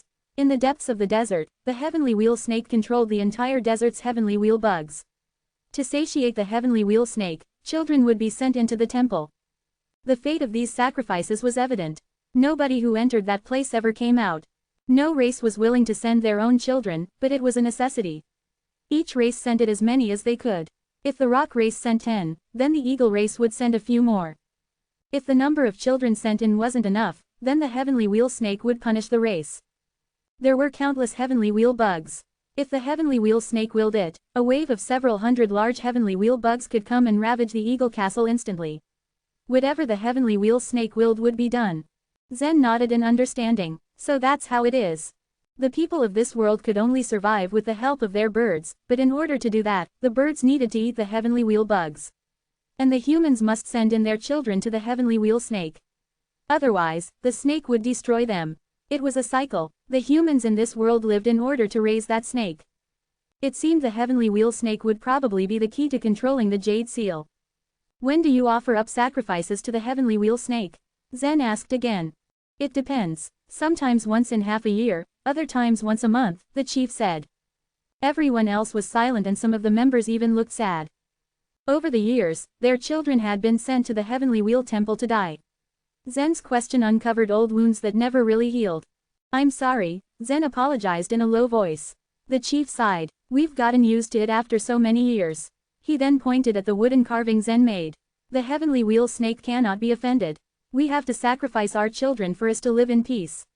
My poor daughter will be sent to the heavenly wheel temple in half a month. A trace of sadness appeared on his face at the mention of his child. His daughter was only 6-year-old and did not yet quite understand what the elders were talking about. All she had been doing so far was sit next to her father and enjoy her meal. When she heard him mention her, she smiled brightly at him. In half a month, Zen repeated in surprise. The chief could only nod sadly. Yes. May I take part in it? Zen's eyes flashed. The chief looked up at Zen in surprise, but a look of vigilance immediately replaced his shocked expression. Even if Zen helped in curing one of their royal eagles, they still did not trust in him fully. They did not know the origins of him and the woman beside him. Whether in dress or in aura, it was obvious that the two did not belong to this world. This small world they lived in formed their narrow views. None of them cared about the truths of the world. All they really cared about was their survival. Zen could read the chief's thoughts on his face. It seemed that his request was about to be rejected, so he quietly took out 6 5x refined pills from his space ring. Chapter 1952, Offering Up Sacrifices. When Zen took out the 5x refined pills, their fragrance filled the entire hall. Most of the members of the eagle race had never seen magical pills before and didn't know how useful they were, but the chief had seen the effect with his own eyes. As soon as he saw the 6 milky white pills, his breathing became heavy as he imagined how it would be to have them in his hands. During the past few years of fighting, a lot of royal eagles had died. Most of the remaining ones were injured and couldn't fly anymore. Among these injured eagles were the precious golden feather royal eagle and the bloody feather royal eagle. These 6 pills alone could heal the injured eagles as well as greatly enhance their strength. If you take me there, these are yours, Zen offered. The chief found his proposal very tempting. Recently, the conflict between the eagle race and the rock race had been getting more and more serious. The chances of a fierce war breaking out between the two races were very high. The eagle race needed these magical pills to enhance their strength before that. I'm willing to take you there, but I don't think the other chiefs would agree to it, the chief replied after a deep breath. The eagle race was divided into 5 tribes, the Eagle Castle and 4 other tribes. Even if the chief of the Eagle Castle agreed to Zen's proposal, the other 4 might not agree. Zen frowned, wondering how to solve this dilemma. Judging from the clues he had obtained, the Heavenly Wheel Temple was probably the only place that could control the Jade Seal. He had no choice but to go there. He had been searching the desert for so long, but to no avail. Without the guidance of the eagle race, it would be impossible for him to find the temple. Thinking of this, he turned and looked at Nellie. With a glass of wine in her hand and a smug smile on her face, Nellie said, "Oh, it turns out that you are using these pills to entice these people to do your bidding." Nellie couldn't understand the conversation between Zen and the chief of the eagle race, but she managed to get the gist of it by looking at their expressions and actions. The chief of the eagle race was obviously very interested in these healing pills, and Zen was probably offering them to him in return for something else. Moreover, judging from Zen's expression, she could tell that the chief of the eagle race had not agreed to his request. "Do you have any healing pills? They must be refined pills, but it doesn't matter how many times they've been refined," Zen said, ignoring Nellie's jab. Even if she had only 1 or 2 times refined pills, those pills would still be able to heal the injured royal eagles. He had no doubt that the eagle race would agree to his request as long as he offered them more pills. "Yes, I have a lot of them," Nellie replied with a smile. "Give them to me," Zen said, reaching out his hand. "Why do I have to do as you say?" Nellie asked. Zen's eyes darkened slightly. "Because I saved you 3 times. He had saved Nellie twice in the Time-Sea Forbidden Land. And in this world, he had just helped her escape from the cage. Otherwise, there was no telling what kind of fate she would have faced. "You voluntarily saved me," Nellie said, shrugging. Zen glared at the proud expression on her face. "Don't push me." Even in the Divine Land, Nellie was no match for Zen. Moreover, in this world, it was impossible for her to use the godly ways. Although both of them were low-rank true gods, there was a great gap between Nellie and Zen in terms of strength. Nellie's expression turned sullen at his words. After thinking for a while, she said firmly, "I'll give you those pills. But you have to promise me one thing: wherever you go, you must take me with you." "That's impossible." Zen shook his head without even thinking about it. He didn't trust Nellie, not to mention that Rochelle was also in this world. It was always a hidden danger for him to have Nellie at his side. "Then there's no need to talk," Nellie sighed softly. "Perhaps I'm no match for you, but I can instantly destroy those pills." She smiled and looked at Zen with provocative eyes. "You?" Zen's eyes widened in disbelief. He couldn't believe that she would stoop to such lengths to get what she wanted. At this time, Nellie suddenly said with a very serious expression, "I swear that I won't bring you any trouble. Moreover, my sister wants to kill you. If you let me come with you, I'll try persuading her into letting you off. Even if you're Mike's son, you don't have to be considered an enemy by my clan." A strange expression appeared on Zen's face when he heard this. Although he hadn't known Nellie for a long time, he had seen enough to know how smart she was. So why was she saying something like this? Was she really that naive? It was impossible to persuade a woman like Rochelle. Did Nellie really believe that the conflict between 2 great clans could be solved simply by a few words from her? Nonsense. Nellie wasn't able to convince even Zen, let alone Rochelle. However, the serious expression on her face remained. "Promise me," she said, staring earnestly at Zen. After thinking about it for a while, Zen decided that it was better to just agree than to waste time arguing with her. With a slight nod, he said, "But you have to listen to me." The serious look on Nellie's face immediately turned into a look of victory. Then, with a flick of her slender finger, golden pills jumped out of her space ring one after the other. In the evolutionary universe, Zen had had countless pills, but he hadn't been able to bring them with him to the Divine Land. Since he had only been here for a short period of time, he didn't have many pills yet. The few pills he had in his possession had been obtained from trading with the wealthy clans on the floating islands. However, Nellie's case was different. She was born in the Divine Land and had grown up in a powerful clan. The sheer number of precious pills and treasures in her space ring was unimaginable. "These are all pills that can be used to heal wounds, but their effects will be different," said Nellie. She took out hundreds of pills from her space ring, among which there were 2 to 6 times refined pills. Some of the pills emitted a pungent smell while others gave off a sweet smell. They might be different in terms of medicinal effect, but all of them could restore the bodies of the eagles. After Zen got the pills, he turned to the chief and said, "Are these pills enough to persuade the other chiefs?" Staring at the pills with a mixture of greed and shock, the chief nodded cautiously. Yes. In order to make sure that the eagle race kept up their end of the bargain, Zen only handed over 15 pills to the chief and kept the rest of the pills in his space ring. Only when they reached the temple in the desert would he hand over the remaining pills to the chief. For now, all Zen could do was wait. During this period of time, his understanding of this world broadened. This world was not very large. The boundless desert in the middle was completely filled with heavenly wheel bugs, only the surrounding areas were suitable for living. And once they reached the edge, they would not be able to move forward. This confirmed Zen's judgment that this world wasn't a space and time in the past of the divine land. It only existed within the internal space of the Jade Seal. And if the consummate true gods had reached the same conclusion as him, they would probably be heading toward the Heavenly Wheel Temple right now.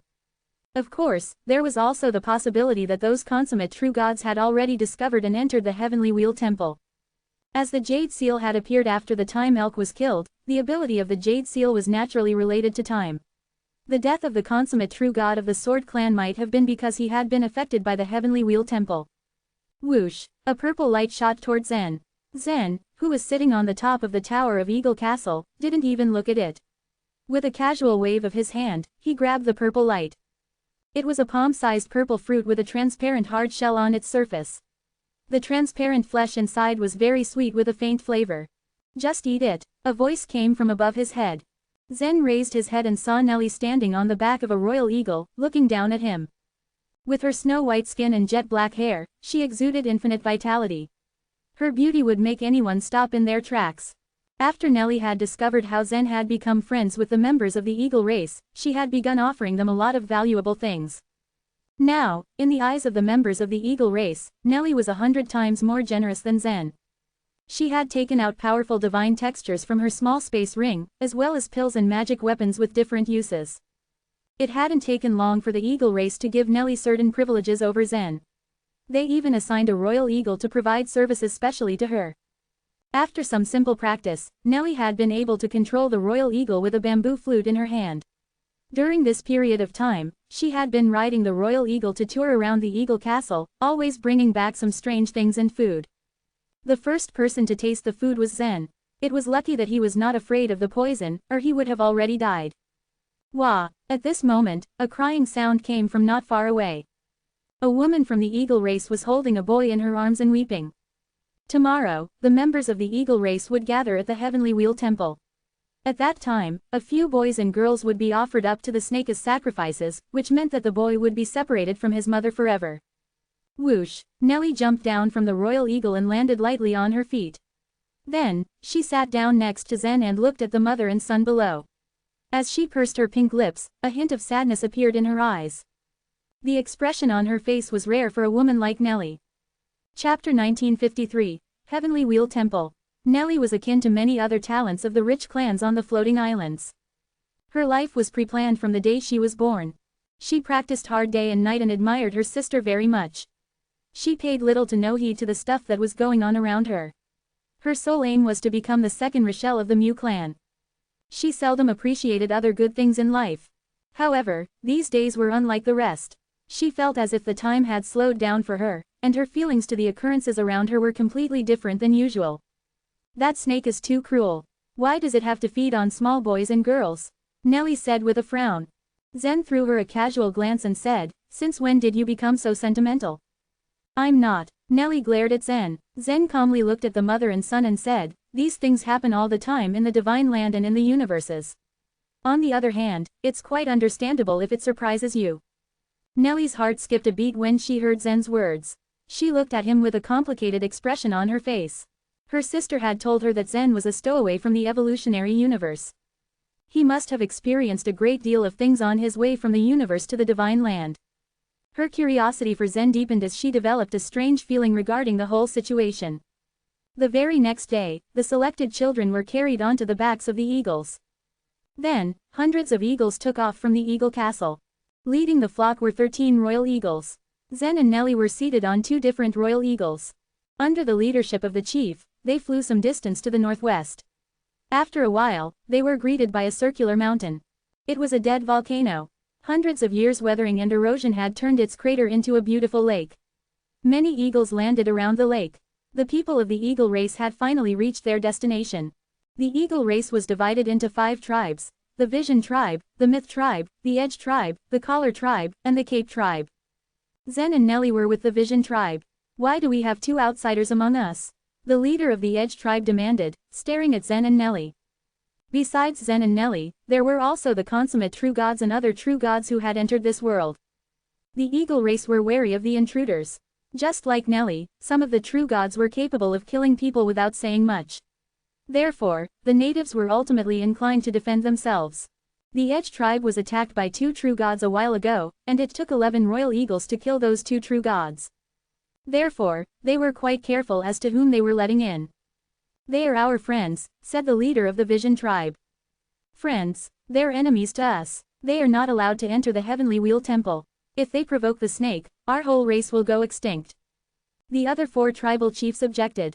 The leader of the Vision tribe was well aware that he'd face such protests. He gave Zen a swift glance. Zen gave him a nod. The leader of the Vision tribe then led the other 4 tribal chiefs to the side and took out the pills. Moments later, they all came back. Their expressions were different from what they had earlier. These pills were of great importance to them. If they went to the Heavenly Wheel Temple with Zen and Nelly, they could acquire these magical pills. Therefore, it was undoubtedly worthwhile for them to make a deal with Zen and Nelly. Thus, the tribal leaders kept quiet and didn't say anything. They then gave a sharp cry, ordering everyone to get back on the eagles. Accompanied by melodious flute music, all the eagles spread their wings and took off. The scenes that everyone was witnessing were breathtaking. With a few, an eagle flew to the front of the group in the blink of an eye. This eagle was smaller than the rest of the eagles. A blood-red dark light glittered on the feathers covering its neck.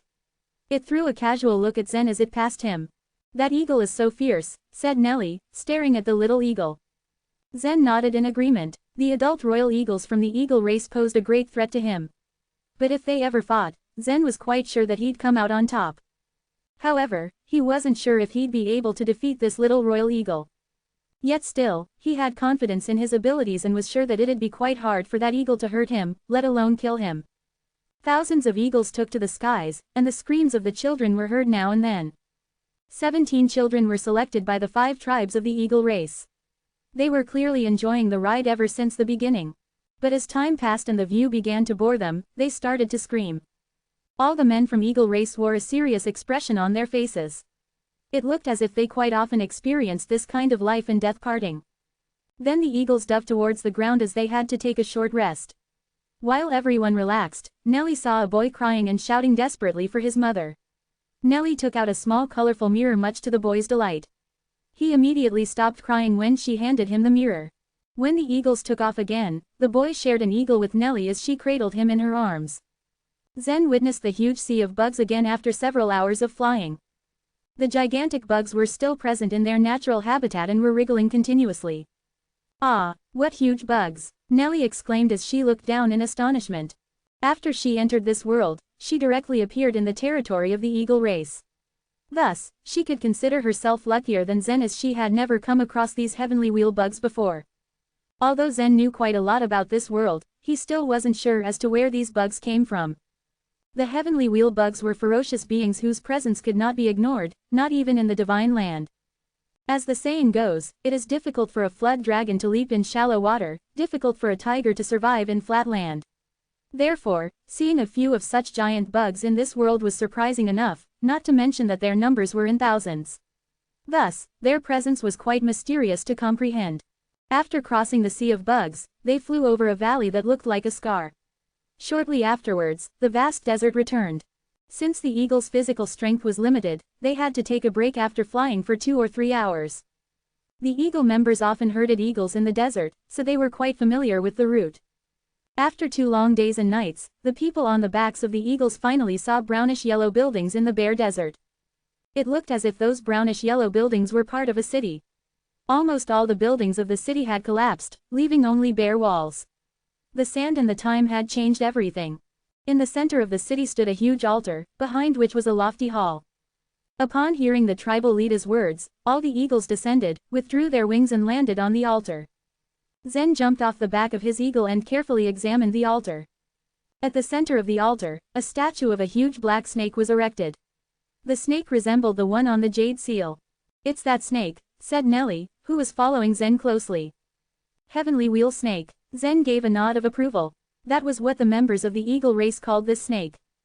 The tribal leaders and other members of the eagle race simultaneously jumped off the backs of their respective eagles, and then carried the children with them. These children had been crying for their mothers throughout the journey. But they had fallen asleep since all the crying made them tired. Serenity could be seen in their childish faces. They were unaware of what they were about to face. Looking at the innocent face of the boy who was sleeping in her arms, Nellie felt pity for him and whispered, "Can't we do anything to save these children?" "Let's wait and see," Zen replied faintly. He was not sure of how ferocious the heavenly wheel snake was. If the beast in the jade seal was as powerful as the time elk, even the consummate true gods wouldn't be able to save the children, let alone him. Suddenly, the sky was filled with sounds of birds chirping. Then, several colorful clouds were visible floating in the sky. Those colorful clouds were made up of palm-sized colorful birds. Some people were standing on top of those birds. "The swallow race is here," the chief said. At the same time, Zen also noticed 3 consummate true gods standing on top of the clouds. Chapter 1954, Rochelle's Chance. Whoosh, whoosh, whoosh. After a few scattered bird songs, a group of colorful clouds made entirely of the mysterious birds descended slowly. The members of the swallow race also brought several children to worship the heavenly wheel snake. Although the swallow race wasn't openly at war with the eagle race, the two races were not on friendly terms with each other in this world. Thus, the members of the swallow race present exchanged no greetings or niceties with the members of the eagle race. Rather, the two races simply looked upon each other coldly from afar, huddling together with their own peers. When the 3 consummate true gods from the swallow race noticed Zen and Nellie, they were surprised. "Aren't you from the Mew clan? Why are you here?" The one who had spoken was a young man with dark skin. His name was Eugene, and he came from the mysterious Soul Building, one of the 3 forces of the Moon clan. The Moon clan and the Mew clan were not on the same side. Hearing this, Nellie was taken aback. She nodded fiercely. "If you can come here, so can we." Eugene rolled his eyes and smiled coldly. "You are just a low-rank true god. How dare you run around this world?" he said in a condescending tone. "It's really unexpected that you were even able to find the Heavenly Wheel Temple."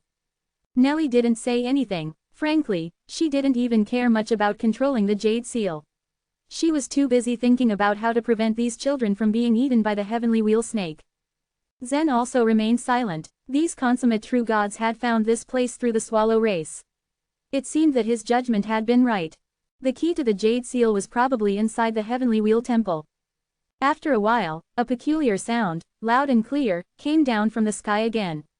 Yo! Then a golden cloud of birds shot across the sky. It was a group of golden rocks. In a heartbeat, the cloud of rocks swooped downward and landed on the other side of the altar. The swallow race had been successful at avoiding conflicts with both the eagle race and the rock race over the past years. Thus, even though they were far from being allies, the swallow race did not consider either of the 2 other races to be their mortal enemies. However, there had been a feud between the rock race and the eagle race for many generations. Not long ago, the myth tribe of the eagle race had sent out 8 royal eagles and over 100 fierce male eagles to massacre a small village belonging to the rock race. Of course, the rock race retaliated, ruthlessly slaughtering many members of the eagle race themselves. Zen himself had witnessed the golden rocks attacking the cloaked men who raised eagles. That, too, was part of the rock race's revenge against the eagle race. It was no surprise that the 2 races regarded each other with such anger. They were, to all intents and purposes, enemies. Upon landing, the large golden rocks acknowledged the eagles on Zen's side with an angry, hair-raising shriek. Yo, yo! Despite this rude greeting, evidently meant as a provocation, the royal eagles of the eagle race showed no weakness. Aau, aau! The royal eagles responded with high-pitched whistling. With the birds jeering and shouting at each other, the sleeping children were woken by the commotion. They all opened their mouths and cried loudly, adding to the ruckus. "Hey, little guy, don't cry," cooed Nellie, throwing the golden rocks an angry look, as the little boy in her arms wailed loudly. Despite the racket, the members of both the eagle and the rock race still kept their resentment under control, refusing to resort to physical violence. After all, this was the territory of the heavenly wheel snake. Whoever offended it would be punished. Then, several other figures were seen jumping down from the backs of the golden rocks. When Zen saw the person in front, his eyes widened. Rochelle. At the same time, Nellie, who remained beside Zen, lit up with joy at the sight of her sister. Rochelle. Rochelle didn't notice Nellie at first. She didn't even know that her sister, too, had jumped in. In her eyes, these aboriginals were as inconsequential as a colony of ants. After she had entered this world with Walton, Sean and the others, she quickly found the crux of the matter, coming to the same conclusion as Zen. If she wanted to control the Jade Seal, she had to enter the Heavenly Wheel Temple. The other consummate true gods had also figured this out by then. However, even though they had found the Heavenly Wheel Temple, they were unable to enter. Two of the consummate true gods had already paid a heavy price for that, and even Troy had been seriously injured. They had no choice but to look for other methods. After exploring this world, they joined the rock race. Of course, since the consummate true gods possessed extreme strength, the way they went about joining the rock race was different from Zen's. Even if the consummate true gods couldn't use their internal momentum, people from the rock race would never be able to defeat them. Thus, they had no choice but to allow the consummate true gods to join them.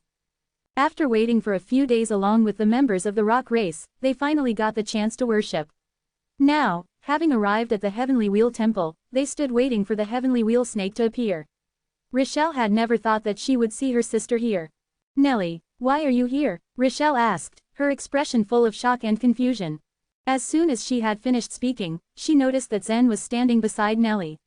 A trace of blood flashed across her sharp eyes, and a sneer appeared at the corners of her mouth.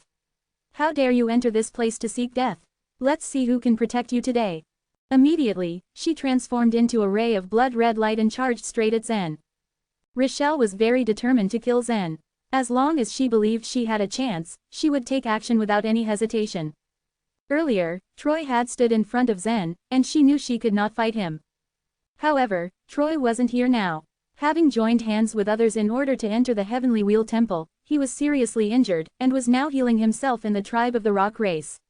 And Rochelle was convinced that the rest of the consummate true gods did not dare attempt to stop her. Rochelle. Seeing Rochelle charging at Zen, Nellie became very anxious. She gently put the boy in her arms on the ground. She was going to try to stop Rochelle. At the same time, Zen's figure suddenly flashed, and he quickly retreated. With a single thought, he made the redemption armor spread out completely, turning into a thin film that covered his entire body. Simultaneously, his body began to accumulate power. Zen had predicted that the other consummate true gods, including Rochelle, would go there. If Troy was there, Rochelle never dared to attack so impulsively. After all, Troy had warned her in advance. But Zen had been unaware that Troy had gotten so seriously injured, and thus rendered unable to go there along with Rochelle and the other consummate true gods this time. I am in trouble this time. Zen gritted his teeth. Although he was retreating extremely fast, the blood light from Rochelle was even faster. In almost an instant, it had closed the distance between itself and Zen. It turned into sharp talon that clawed at him. Crack! A shrill voice rang through the surrounding space. If Zen let Rochelle grab him like that in the Divine Land, he would have his body smashed to pieces.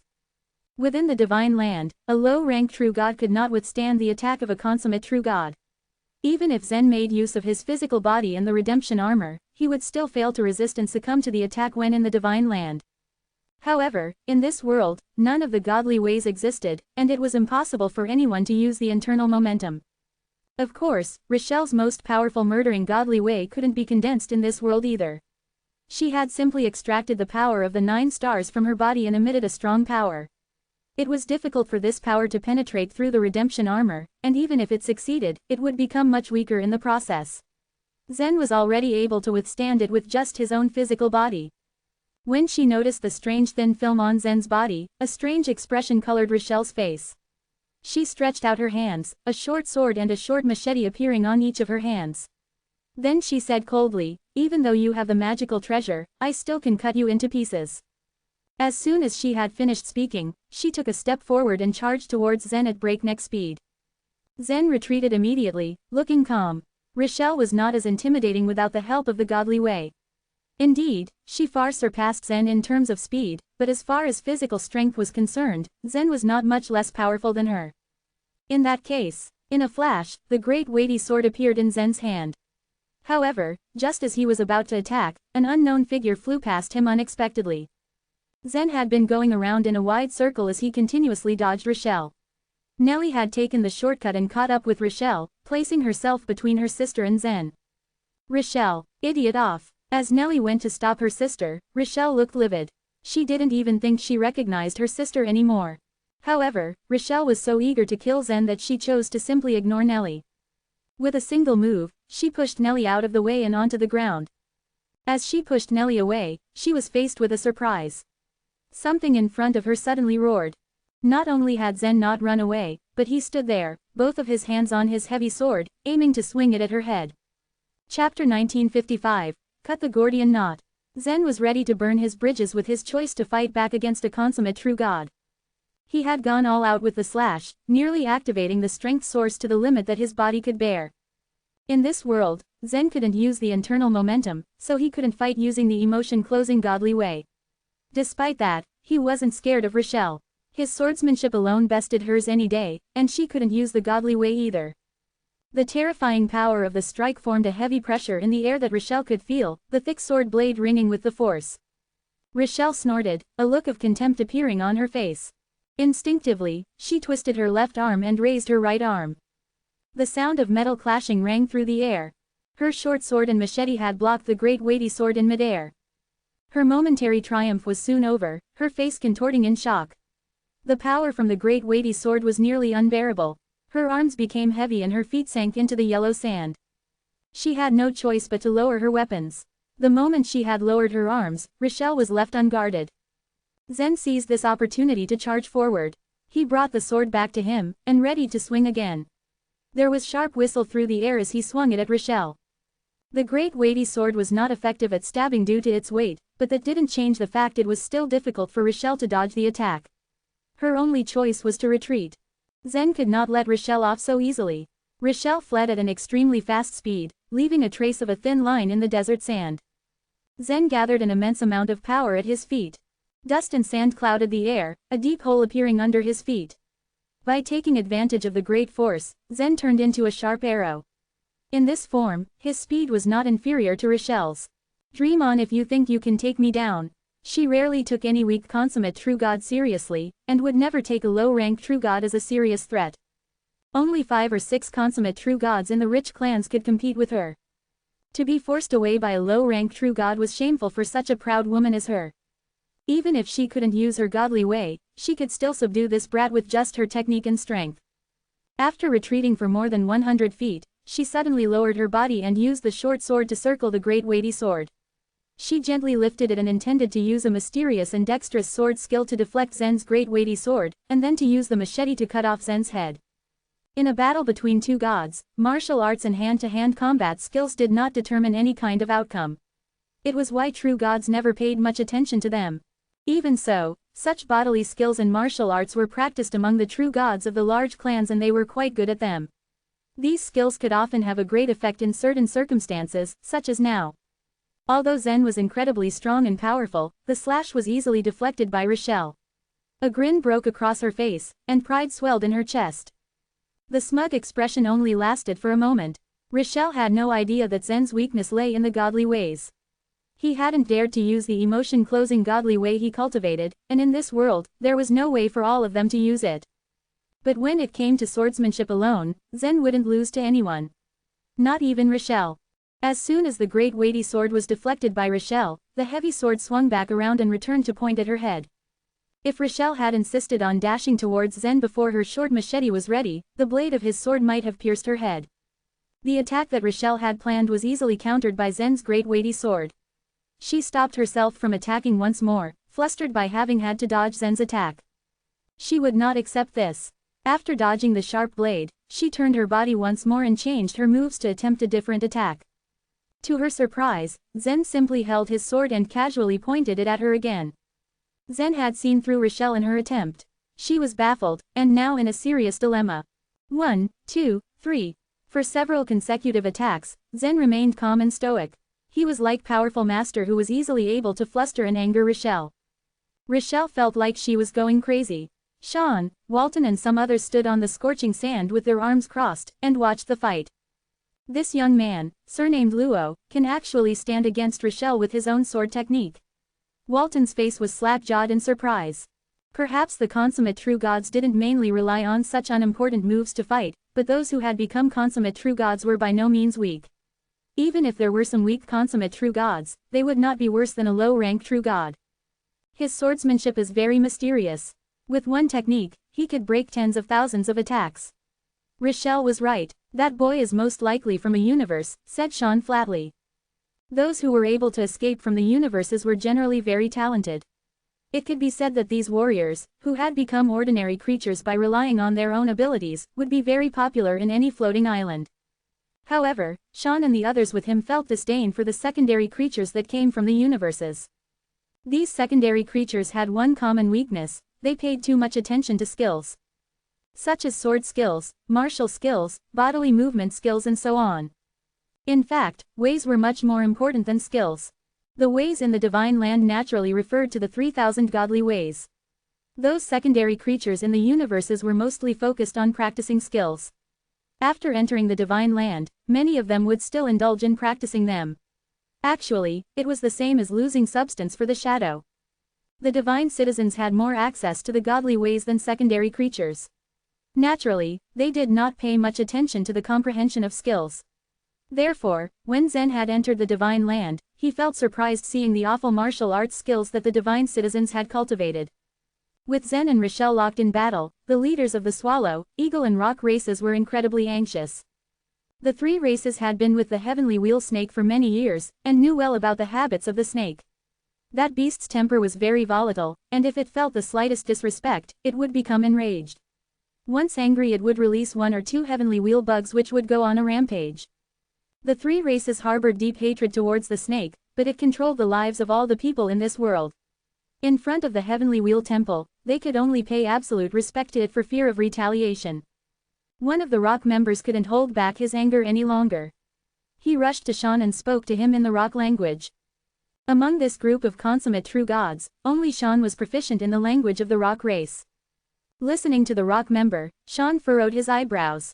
The man had relayed to him that the Heavenly Wheel Snake was becoming suspicious and cautious. If alerted, it would most likely not come and collect any tribute. If the fight between Rochelle and Zen messed up anything, all their efforts would be in vain. With that thought in mind, Sean strode quickly towards Rochelle. Rochelle's body was like a blood-red shuttle, zipping around Zen and looking for an opening to attack. Her speed still held an advantage, but every time she launched at Zen, the unpredictable heavy sword would be ready for her to hit it. She would retreat with gritted teeth. This time, as Rochelle readied to rush Zen, Sean seized her wrist and pulled her back. "What are you doing?" Rochelle shouted in fury at Sean. "If you continue to fight with that brat here, I'm afraid you'll alert that thing," he said, pointing at the huge statue of the Heavenly Wheel Snake. Rochelle was determined to kill Zen, however. She said in a cold voice, "Since that's the case, why don't you help me? Are you afraid that Troy will get angry and give you trouble?" Sean considered her words for a moment, glancing at Zen. "You're right." Sean, Walton and the others didn't care whether Zen was alive or dead. All they wanted was for Rochelle to stop making a fuss. Although Zen had showed great strength in the world by virtue of his own advantages, the strength Zen had displayed was nothing at all if the several consummate true gods acted at the same time. When Zen caught wind of this, ice chilled the blood in his veins. His middle and ring fingers curled up slightly. The two fingers were adorned with the rings which had belonged to the consummate true god of the Sword Clan. If these consummate true gods were really going to attack him together, he would probably have no choice but to go all out to fight for his life. "We will help you finish this brat. After we return to the floating islands, you must make sure to offer some benefits to us though," said Walton, carrying a large machete and walking slowly towards them. The three consummate true gods moved to surround Zen. Clearly, they were planning to cut the Gordian knot to finish Zen off quickly. Chapter 1956, Being Threatened. Not far away, Nellie had finally gotten herself up from the ground. From where she now stood, she watched the scene, and felt a dilemma arise within her. Of everyone, she knew Rochelle best. Once that girl had made up her mind on something, nothing and no one was going to convince her to change it. In the past, Nellie had never dared try persuading Rochelle. But in this present moment, a sudden burst of courage washed over her out of nowhere. She rushed forward at once. Now, she was standing right in front of Zen. "Rochelle, please," Nellie began. "Stop," she begged her sister, gritting her teeth. Rochelle, Walton and Sean were on the verge of attacking, when unexpectedly, Nellie had shown up. It was difficult for them to understand right away why Nellie, who had stopped Rochelle once before, was standing in front of Zen. What is Nellie doing? Is she absolutely crazy? Walton chuckled nervously, not knowing whether to laugh or cry. Without saying anything, Sean looked at Rochelle, who was a little off to his left. Seeing as Nellie was Rochelle's younger sister, he was incredibly curious to find out how Rochelle was going to deal with her in this situation. "Nellie, what's wrong? What are you doing? Are you out of your mind?" Rochelle shouted angrily, raising her eyebrows as her face flushed. In front of her, Nellie stood her ground. She had always been compliant and obedient, and had never gone against her sister's will before. Yet, this was the second time and Rochelle had to do something. With a nervous look on her face, Nellie thought for a brief moment before she said tremblingly, "I think we need to have a serious conversation." Have a serious conversation? Rochelle was stunned. Her eyes narrowed and her brows furrowed together this time. "Are you kidding me? Ha ha, now, isn't that funny?" A big, goofy smile appeared on Walton's face as he laughed. Rochelle spun around and glared at him with fierce eyes. Zen watched Nellie's slender back, his expression full of surprise and disbelief. He had never expected that this girl would stand up for him time and time again. Especially now, before her sister. Nellie gritted her teeth and said, "Even if he's really a member of the Luo clan and Mike's son, that doesn't automatically mean that he's our clan's enemy. Why do you have to kill him so badly?" As Rochelle heard what Nellie had said, her frown tightened. She glared at Nellie as if she was staring at a stranger. Her eyes were careless, emotionless. After a short while, she displayed a helpless smile and said, "When did you become so naive, Nellie?" "I'm not naive," replied Nellie, shaking her head. Then, she added decisively, "I just think we should all give each other another chance." Ha ha, Rochelle was really pissed off and laughed sarcastically. If Nellie hadn't been her sister, she would have cut her into pieces with her short sword long ago. She sneered, "I'm giving you one single chance. Ask that guy over there if he agrees." Nellie immediately turned to look at Zen, a pleading look in her eyes. "This is impossible," Zen replied decisively and agilely, keeping his calm. The feud between the Luo clan and the Mu clan simply couldn't be resolved. Moreover, Zen wouldn't have the chance to negotiate with the Mu clan. A flicker of disappointment briskly flashed in Nellie's eyes. In fact, with her intelligence, Nellie had long known that Rochelle would react negatively. She also knew that the hatred between the Mu clan and the Luo clan wasn't going to be easy to resolve. The conflict involved disputes among the Hall of Holy Beings, and there had been a greater hatred hiding somewhere in the depths. From deep down inside her, she just couldn't help but have a burning desire to give it a try. The smirk on Rochelle's face grew colder and colder. Her eyes moved from Nellie and over to Zen. "What an interesting person you are. And tell me, what have you done to Nellie? She's never been so naive." Nellie might have fallen in love with this guy, Walton suggested in a teasing, childish tone. As he spoke these words, Rochelle frowned once more, all while Nellie looked like a little kid whose secret had just been discovered and revealed. Her expression displayed a hint of panic. Zen looked at Nellie's jet black hair and his heart skipped a beat. He suddenly heaved a long sigh and said, "It's such an honor for you three consummate true gods to surround me, but you seem to have picked the wrong place." As he spoke, Zen slowly lifted his arm and gently placed his thumb on the silver ring worn by his middle finger. As he did this, he equally pointed toward the temple in the distance. A speck of silver light could be seen escaping it, and the sight of it was extremely dazzling. Just a few short moments ago, Zen had also overheard the conversation between Rochelle and Walton. The reason why Walton and Sean had joined the battle was because they were afraid the fight between Zen and Rochelle would ultimately alert the heavenly wheel snake. "Do you really still want to fight?" Zen asked casually. When they noticed the ring on Zen's finger, their faces changed swiftly. "Is that the space-striking ring? Where did you get that?" Rochelle's face grew darker, and an intense premonition arose again. She was clearly very upset. When she had been stopped by Troy in the valley, she had felt that Zen was very lucky. Now though, it seemed that her hunch was right. "Hi, Rochelle, is it really that important for you to kill this guy?" "Yes, absolutely. This guy escaped from the Time-Sea Forbidden Land. Will he be capable of escaping from those holy emperors, too? If you two really must fight, then get out of here." Just don't disturb that snake. At the sight of the silver sword-shaped ring in Zen's hand, the rest of the consummate true gods couldn't stop themselves from reminding Rochelle. Naturally, these consummate true gods had recognized the two space-striking rings and were very well aware of their power. If Zen was really going to activate one of the space-striking rings and shoot toward the temple, who knew when they would be able to enter the Heavenly Wheel Temple again? Rochelle's chest rose and fell as she breathed heavily. She stared at Zen like a venomous snake, the blade of her short sword trembling slightly in her hand.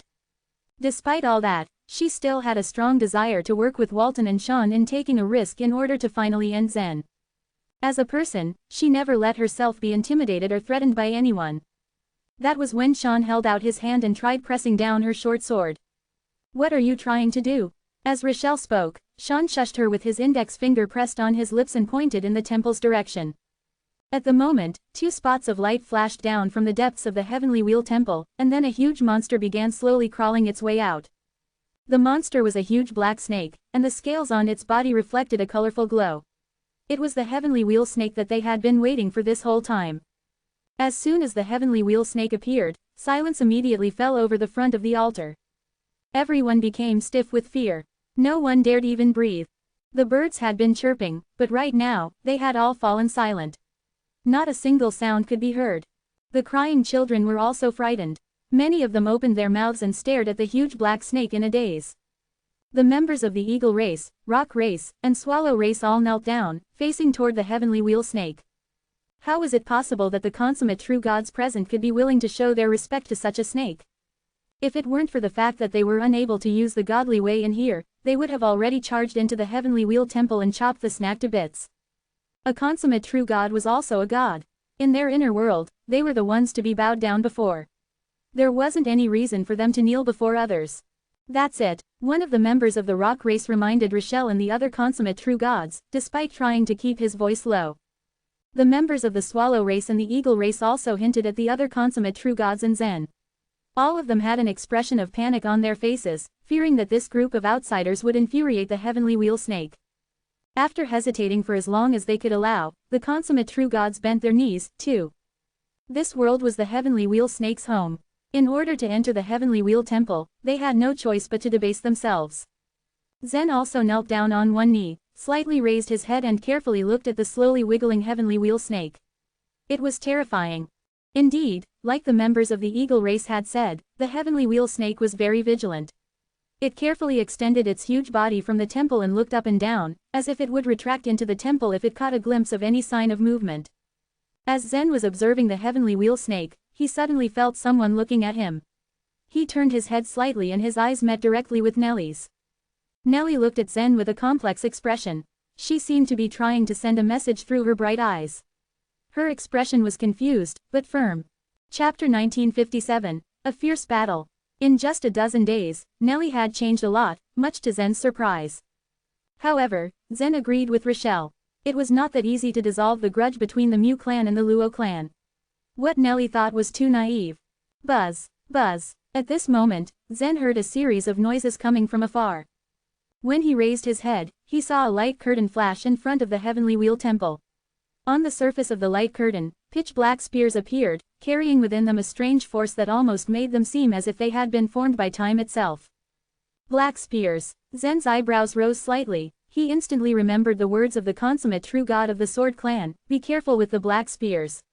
It seemed that he had been killed by these black spears when he had visited the Heavenly Wheel Temple. But what power was hidden in these spears that had made him look like he had died for countless years in a short period of time?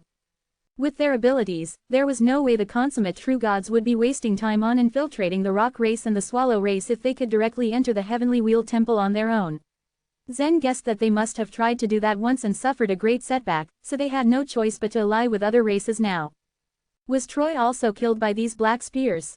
Zen wondered, but soon, he concluded that it wasn't a possibility. After all, Rochelle had just mentioned that Troy would give Sean and Walton trouble. However, he hadn't come with them today, which meant that he must have been hurt by these spears. Zen looked at the snake, lost in thought. When the Heavenly Wheel Snake arrived in front of the light, it suddenly thrust out its long and thin tongue with a hissing sound. Slowly, a crack ran up the middle of the light curtain enveloping the Heavenly Wheel Temple, splitting the curtain into two. The moment the light curtain was opened, many consummate true gods raised their heads with a faint murderous look in their eyes. Hiss! The moment they unleashed the killing intent, the heavenly wheel snake paused, and its huge body instantly retreated back within the light curtain. At the same time, it raised its head high, vigilantly glancing around. Seeing this, Sean gently waved his hand, indicating everyone to calm down. Although these consummate true gods couldn't use their godly ways, they had no doubt that they could take the heavenly wheel snake down. What they couldn't break was the light curtain that enveloped the heavenly wheel temple and the black spears. When they saw the light curtain open a crack, they couldn't help but feel a killing intent in their hearts. However, they hadn't expected the snake to be so alert. They lowered their heads once again so as not to scare it away. The heavenly wheel snake looked around with a tentative hiss. A long time passed before it finally dispelled its doubts and crept out of the light curtain toward the altar. The length of the heavenly wheel snake was unknown. It had slithered all the way from the heavenly wheel temple to the altar, but the crowd still couldn't see its entire body, most of which was still hidden within the heavenly wheel temple. Hiss! After it slithered onto the altar, the heavenly wheel snake stuck out its tongue at the eagle race, the rock race, and the swallow race below. The chiefs of the three races understood what it wanted. They climbed up the altar and set the frightened children there. Then, they went back down and prostrated themselves on the ground again. Ah, I'm scared, help! A few of the children screamed and cried bitterly when they saw the heavenly wheel snake. However, most of them were too dumbfounded to even cry. Hiss! Lust could be seen in the heavenly wheel snake's black eyes. Its tongue protruded out of its mouth, and it swept toward the children like a rope. In general, a creature was the most focused at the moment of attacking or feeding, and the heavenly wheel snake was no exception. If the group waited for the snake to swallow the children before they made their move, it would be too late. Zen understood this point, and so did the consummate true gods. At this moment, Rochelle, who had been lowering her head, suddenly shouted, "Go!" Immediately, she turned into a bloodlight and rushed toward the heavenly wheel snake. As she jumped to her feet with her hands spread out, the sword and the machete in her hands were like her wings, drawing two beautiful curves in the air. All the consummate true gods present, including Sean and Walton, followed suit. Whoosh! Without any hesitation, Zen followed closely behind. The force under his feet surged violently, creating a huge sandpit. The members of the swallow race, the eagle race, and the rock race all stood up with complex and excited expressions on their faces. They had been oppressed by the heavenly wheel snake for many years. Every 1 to 6 months, they had to sacrifice a few children to satisfy its appetite, so they hated the snake to the core. However, their fear of the snake had lasted for generations, and they had no power or ability to resist it at all. On the other hand, these outsiders who had suddenly appeared had power that was way beyond their understanding. If these outsiders could really kill the heavenly wheel snake, it would be a good thing for them. Among all the consummate true gods, Rochelle was the most efficient. All everyone could see was a blood-red light flashing across the sky and falling on the head of the heavenly wheel snake. Cling! The short sword in her hand was like a nail that stabbed into the head of the snake, and Rochelle fixed herself there. Hiss! Hiss! The heavenly wheel snake raised its head high as it writhed in pain. Its tongue, which had wrapped around the children and pulled them up into the air, suddenly loosened its hold, causing the children to fall. Catch them! Catch our children! The members of the swallow race, the eagle race, and the rock race began panicking when they saw this scene. Although they were in a desert and the surface was soft, their children would still suffer serious injuries after falling from such a high altitude. Yo! Yo! Luckily, the mysterious birds, golden rocks and eagles reacted quickly and shot high into the sky to catch the children. Finally feeling relieved, the three chiefs turned around and looked at the heavenly wheel snake. When they saw what was happening, their jaws dropped open. The heavenly wheel snake, which they had always considered invincible, was constantly writhing around in an attempt to get rid of the outsiders. However, the outsiders were extremely agile and were continuously attacking it from all sides. At this moment, Rochelle slid down the snake's head, violently dragging her saber behind her and creating a 200-feet wound on the snake's head.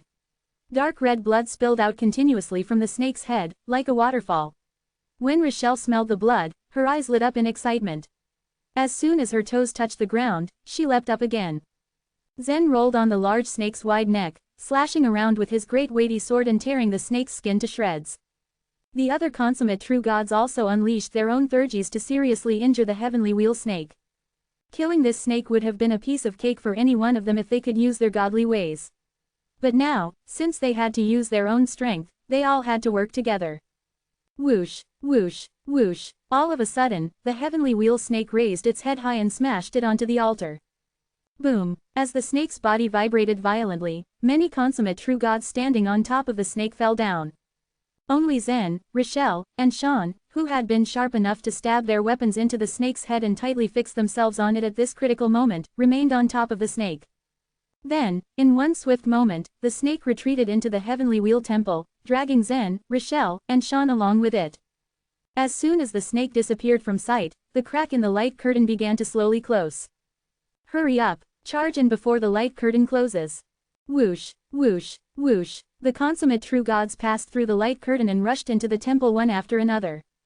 There was a great gap between Nellie's ability and that of the consummate true gods. Therefore, she didn't rush forward immediately. Looking at the light curtain that was slowly closing, she pulled out the bamboo flute in her hand and summoned the royal eagle of the eagle race. A chief of the eagle race tried to stop her when he saw this scene. But on second thought, he decided that they had no choice but to help the outsiders, now that they had already offended the heavenly wheel snake. He just hoped that these outsiders would really kill the snake. Otherwise, everyone would feel its wrath. The moment the royal eagle reached Nellie, she turned over and jumped onto its back. With her eyes on the crack in the light curtain, she grabbed the feather on the royal eagle's back with one hand. By now, the crack had shrunk small enough for only one person to pass through it. Without wasting a single second, Nellie exerted all her strength and thrust herself up with the royal eagle. Miraculously, she managed to enter the crack. As soon as she entered, the crack in the light curtain was completely closed. Chapter 1958. Deep inside the temple. In his hands, Zen held the great weighty sword tightly and fixed himself on the snake's head. As he bumped and jolted along the way, he ended up face to face with the beams at the top of the temple. He was so close that at times, he was pressed and even rubbed up against the ceiling. Thanks to his powerful physical body though, such a collision wouldn't cause him any harm. On the contrary, in fact, the heavenly wheel temple's ceiling was instead pitted by him. Bang, bang, bang. Rochelle, who was firmly fixed on the other side of the snake's head, went through the same thing. Both she and Zen were currently facing the same fate. She was in a position higher than Zen. As the heavenly wheel snake continued retreating, her head, of course, crashed onto countless beams. Although she was a consummate true god and her body's physical strength was much stronger than that of an ordinary true god, it was safe to say that her body wasn't as strong as Zen's. Moreover, Zen's body was protected by a layer of redemption armor, which was extremely secure. After several rounds of collisions, she felt dizzy. She looked a mess with the pieces of broken stone in her hair and gray-black ashes on her face. From the opposing side of the snake's head, Zen sent her a glance just fast enough to reveal a faint smile. Having caught a glimpse of his expression, Rochelle flew into a rage and shouted, "What are you laughing at?" Zen shrugged his shoulders and the smile on his lips only spread wider. Just as Rochelle was about to abuse him angrily, her head made contact into a beam again, causing it to smash. She was dazed. In contrast, Sean, hanging low, was feeling much better. His cyan sword was nailed to the huge snake's side, and he stood on his tiptoes on the hilt. Even though the snake's head was shaking in a regular rhythm, he maintained his balance as would a solid, mature mountain. As he noticed Rochelle's messy face and hair, he couldn't help himself from laughing out loud. Rochelle was so angry that with her temper, she might just roll right over to the other side of the snake's head and kick Zen straight off. Despite her desire, the snake head was retreating back far too fast. If she was accidentally thrown down to the ground, it would be difficult to keep up with it. She couldn't take such a risk. Whoosh, whoosh, whoosh. The heavenly wheel snake continued to withdraw toward the depths of the heavenly wheel temple. The consummate true gods behind the snake followed Zen all the way, and at the end of the line was Nellie.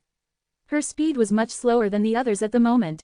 It wasn't before long that a whole 5 minutes had passed. Nobody knew how the heavenly wheel snake had reached the bottom of the ground exactly, and the surroundings were completely immersed in darkness. Zen clenched the hilt of his great weighty sword, activating his magical eyes in order to look around in the pitch blackness. Now that he could see again, he discovered that this was still the inner part of the heavenly wheel temple.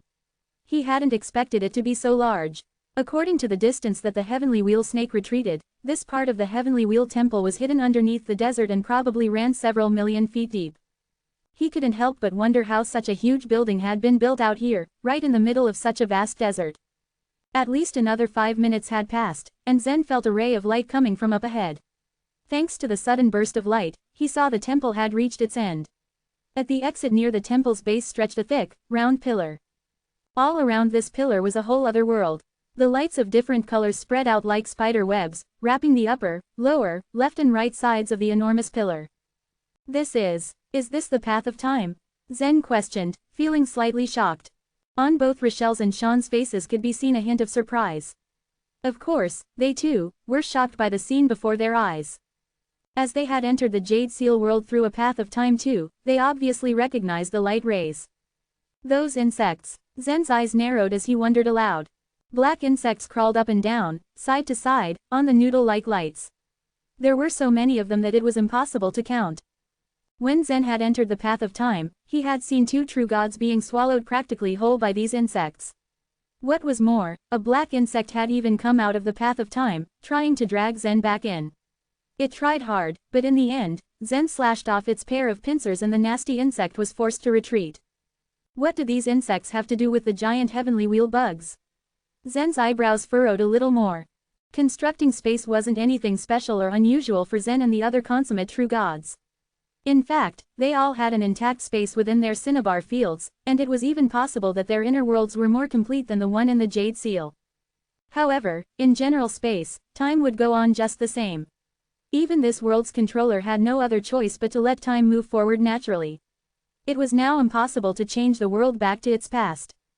It appeared as though the world made by the Jade Seal had to be greatly related to the time. This would explain why the path of time was opened in the first place. After being coiled around in circles on this huge pillar, the heavenly wheel snake finally came to an unpleasant stop. Hiss! A tongue popped out of the snake's huge mouth and its long, pointy fangs were bared. It raised its huge head to spin around the pillar. It wanted to throw Zen and the others out. There was nothing surrounding the pillar, and only black insects crawled the surface of the noodle-like lights. If Zen and the rest were really to fall inside, they'd be stretched into noodles and eaten alive. Their fate wasn't bright. Zen, Sean and Rochelle all realized the danger at once. They no longer took the situation lightly and grasped their swords hilt even tighter. However, being shaken around wildly, Zen felt that something wasn't right. His great weighty sword that had been stuck deep into the snake's head was now slipping out inch by inch. If it slid out to a certain limit, Zen would probably be thrown out along with his sword. The heavenly wheel snake probably noticed the sword too, and it quickened the pace of its swinging head. After 6 or 7 shakes, the snake's head suddenly flew downward. Phew! Zen's great weighty sword slid completely out of its head. Barely a few seconds later, Rochelle's short sword was also thrown off the snake, and both she and Zen were flung down together. Over and done with, it seemed that Rochelle had already prepared for such an occurrence. After leaping high into the air, she pulled a chain out from her space ring. One end of the chain was connected to the machete in her hand, which she abruptly shot upward. It circled around wildly in the sky above before embedding itself deeply into the heavenly wheel snake's body. Once complete, she freely swung herself back up. As Rochelle was swinging, she zoomed by Zen. Zen was in the air not too far off, and she stared at him with her beautiful eyes. A mocking smile appeared on her face. Go to perdition, she cursed. It was her turn to laugh at him. As she fixed her gaze on Zen, who was undoubtedly going to die, she inexplicably felt a sense of peace in her heart. She watched Zen falling a good 30 to 40 feet down, and as she did, she noticed a silver light suddenly flash in his hand. A huge silver sword was formed beneath his feet. She couldn't believe her eyes. In a moment of desperation, Zen had suddenly remembered the space-striking ring in his hand. He stomped on the hilt of the huge silver sword, and an extremely powerful force exploded forth. His entire body shot upward once again. With a leap, he jumped onto the heavenly wheel snake's back. He was not in the same position as Rochelle. As Zen caught his balance, the huge silver sword made from the space-striking ring had turned into a silver light. It was shooting toward the void and firing into the noodle-like lights. When the huge silver sword shot into the glow, it also turned into a silver light ray and flowed rapidly along with the other light rays. A black insect that lay on a light ray didn't even have time to dodge before it was pushed over by the silver light and killed instantly. You're quite the tough one to kill. It had never occurred to Rochelle that Zen would use this method in order to get back onto the heavenly wheel snake's body. She was pissed all right, but still impressed. Before Zen was even standing completely still, she drew back the chain that circled the beams in the snake's body, and with one foot, she stepped on the machete that connected with the chain. She pressed it further and further into the heavenly wheel snake's body, making sure that she wouldn't fall anymore. After that, She grabbed the chain and turned into a red light once more, rushing towards Zen. Of course, Zen had no desire in admitting that he was inferior. With a flick of the great weighty sword in his hand, the two of them began fighting violently on the heavenly wheel snake's back anew. Only Shan was left alone, holding the snake's head. He also noticed that his cyan sword was being thrown out little by little. If it went on like this, he would eventually fall down, sooner or later. Shan couldn't help shouting out at Rochelle, "Rochelle, you should save me first. Please, I'll take that guy's life for you." Chapter 1959, Dramatic Reversal. "You hold on yourself first," Rochelle said without looking back. She held the chain while approaching Zen. The head was the part of the heavenly wheel snake that was shaking the most violently. On the other hand, its body, which Zen and Rochelle were clinging onto, was much more stable. Zen continued to glide backward on the smooth back of the heavenly wheel snake with the great weighty sword leaning against his chest. In the face of Rochelle's fierce attack, Zen fought back while retreating. It was obvious that Rochelle couldn't take him down in just a short moment. However, Shan, who was on the head of the snake, was in danger. He was barely hanging onto the long sword and could be thrown out at any time. At this moment, several consummate true gods appeared at the entrance of the pillar. The goal of all these consummate true gods was the same, to get the Jade Seal. Now that they had managed to enter the Heavenly Wheel Temple, there was no reason for them to give up. However, the Heavenly Wheel Snake was retracting too fast for them to catch up with it. Fortunately, although the Heavenly Wheel Temple was enormous, it had only one path. They just needed to follow it all the way on the path. Shan. As soon as Walton entered, he saw Shan hanging onto the sword and dangling in the air. His eyes widened as he said, "Don't worry. I'll help you out." The consummate true gods might not be able to use godly ways, but they had brought with them a lot of magic weapons.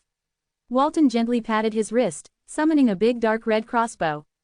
On the back of the crossbow, there was a huge capstan, around which there were golden ropes that coiled into loops. He grabbed one end of the golden rope and threw it at the bottom of the pillar. After falling, the red crossbow, under the control of the golden rope, swung back from the other side of the pillar like a pendulum bob. Walton jumped up and caught the red crossbow. Quickly tying the golden rope into a knot, he knelt on one knee and aimed at the head of the heavenly wheel snake. Phew! A shining red bolt, with the golden rope tied to it, shot toward the heavenly wheel snake. Very few consummate true gods in the divine land would be equipped with weapons like crossbows. The earth godly way that Walton cultivated was very special. Although it was a powerful godly way, it wasn't perfect in terms of flexibility. Therefore, Walton always carried all sorts of magic weapons with him. This fire god Wrath was an extremely powerful supreme primordial weapon. The bolts it shot were enough to hurt any consummate true god. Buzz! The thick bowstring was still vibrating, and the bolt, which was as thick as an arm, had already penetrated through the snake's lower jaw and come out from its upper jaw. Hiss! The heavenly wheel snake raised its huge head and let out a pained cry. But the bolt, with the golden rope tied to it, had penetrated its mouth and firmly fixed it into place. The snake could not break the rope, so it could not continue to retract backward. Walton easily lifted the heavy crossbow with one hand and twisted his neck with ease, producing a cracking sound. He laughed and shouted, "Shan, come down quickly."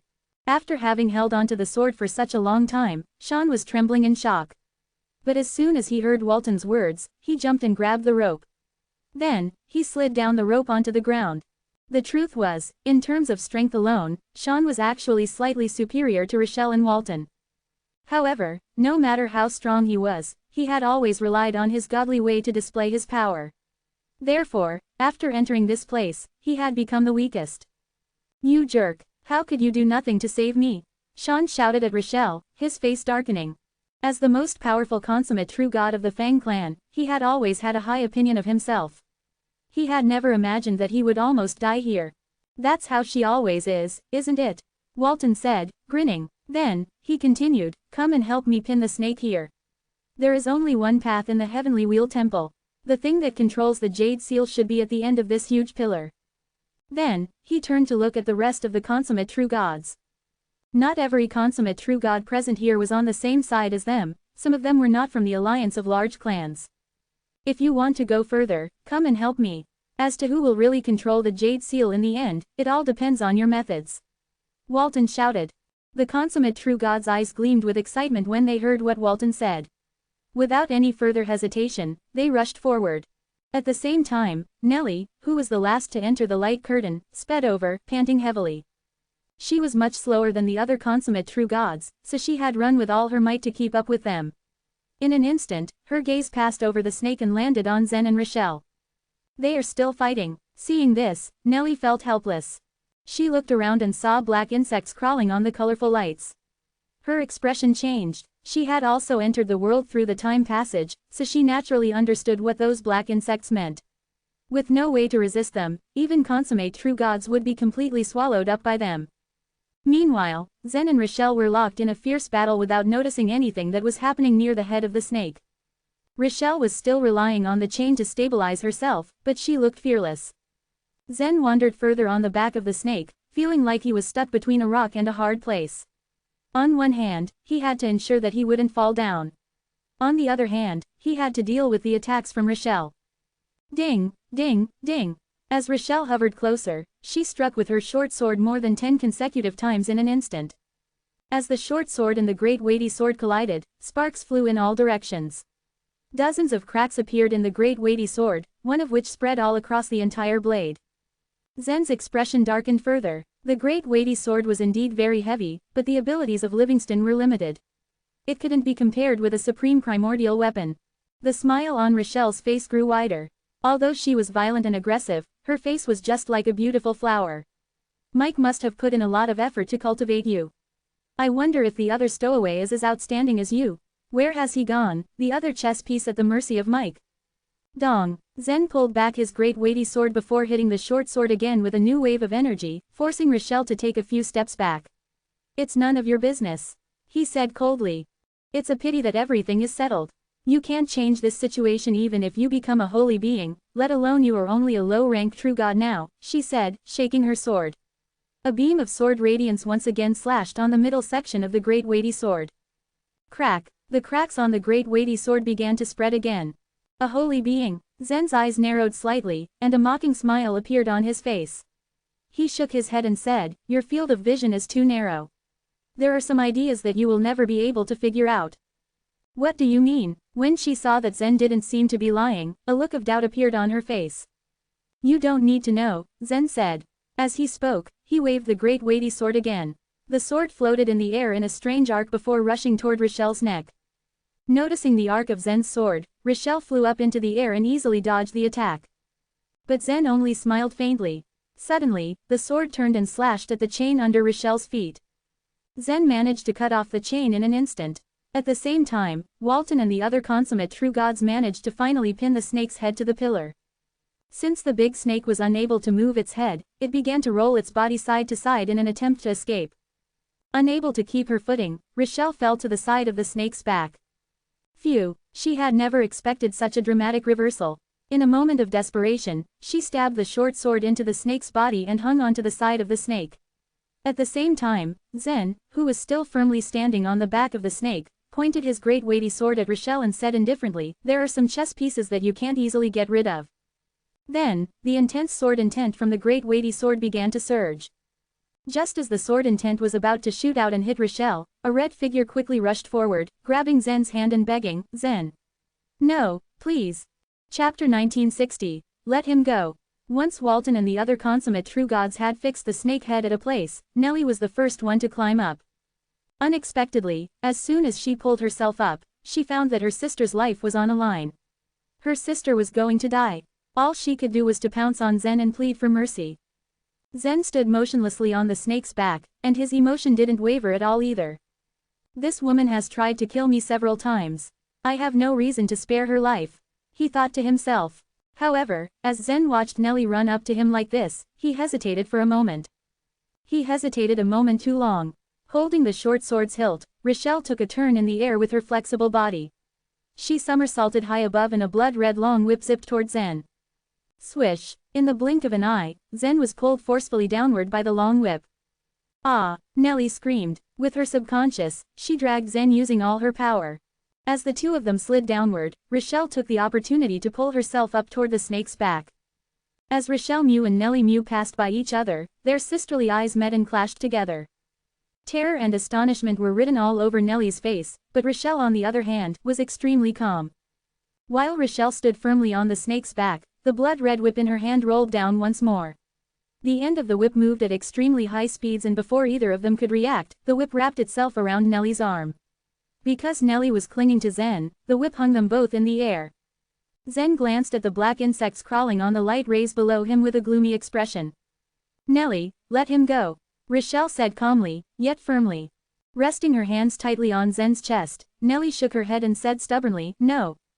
"Then I'm afraid you're leaving me with no choice but to kill you along with him," said Rochelle threateningly. This young sister was used to obeying. Now though, she had been disobedient time and time again, which riled Rochelle. Despite her boiling rage, in her heart, she loved her younger sister very much. The words she spoke were really just to threaten Nellie. She would never bury her sister alongside Zen. Nellie's big round eyes blinked a few times and she lowered her head to look at Zen, her heart pounding with regret. All this time, she had hoped that she'd simply solve the underlying conflict between her sister and Zen. Although she also knew that her actions were very naive, she had to do what she was determined to do. In the end, she was just like Rochelle. One could imagine how guilty she felt when she found that she hadn't resolved the conflict at all, but had instead caused Zen a life-and-death type of problem. All of a sudden, a free and careless smile appeared on her face. Nellie then said to Rochelle, "All right." She wiggled her right arm slightly and pulled it out from Rochelle's whip. "Nellie, no." Rochelle's expression changed dramatically. She raised the whip again, but it was already too late. Wait, what the heck is going on? Right now, it was Zen's turn to feel depressed. He'd imagined that she'd at least try her best to persuade her sister. How could she just let go and give up like that? From his current point of view, Zen could no longer use the force of space striking ring to send himself back on the snake's back. More so, the two of them had just fallen toward the light rays below. Zen noticed that they had less than a few seconds before he and Nellie fell directly into the light. His eyes flashed and his last space striking ring was activated. Whoosh! The space striking ring turned into a huge silver sword and directed itself into a light ray. It became a silver-white light and shot into the depths. At that very moment, Zen and Nellie also fell right into that light ray. Their bodies were pulled along by the power of time, turning into thin and long lines that rushed immediately downward along with the silver light. Dealing with the creepy, black insects was the most troublesome thing. More importantly, they were very life-threatening. But Zen's space striking ring was also very powerful. The one shot by Zen earlier turned into a silver light bar in the path and crushed the nasty black insects directly. Now that Zen and Nellie were following behind the light, they were led to believe that the insects in front of them would equally be crushed along the way. Whoosh, whoosh, whoosh. In the blink of an eye, the two of them flew toward the depths of the cave. They moved incredibly fast. Rochelle stared at the scene, feeling completely numb. Clap! Another sound rang through the air. She didn't seem to notice that the long whip she was holding in her hand had fallen to the ground. The consummate true gods all rushed over to her. At first, Sean wanted to scold Rochelle. But when he saw the scene up close, he moved his lips without actually saying anything. He was stunned. Walton and the others just shook their heads in dismay. They knew well about Rochelle's temperament. She was just too stubborn and didn't know how to change, or when to give up. In fact, they all knew that even if they had let Zen go, there was no way he'd ever survive outside the time-sea forbidden land. Not even for a day. Now that Zen was eliminated, even Rochelle's sister was involved. This business had resulted in big loss. "Maybe they won't die," Rochelle said, slowly regaining her spirits. "That guy is very cunning." At the very last minute, he threw out a space striking ring.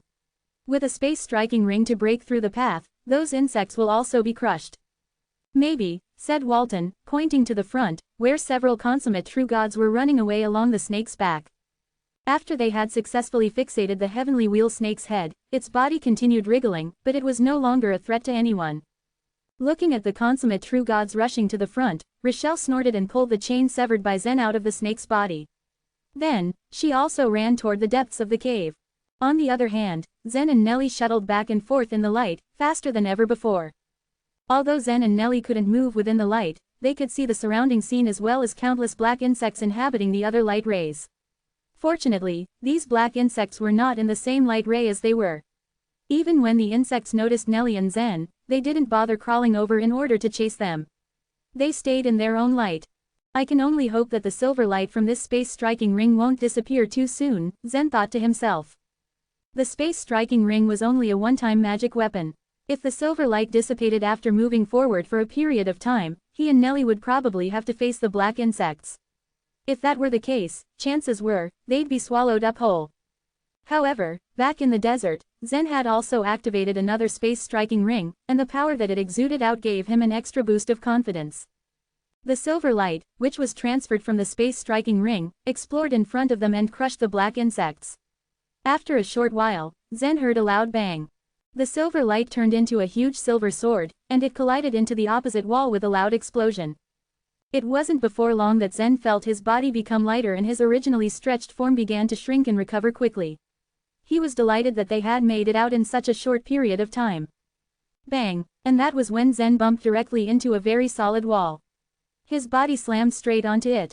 Ah! With a shriek, Nellie was next out of the light and she slammed into Zen's chest.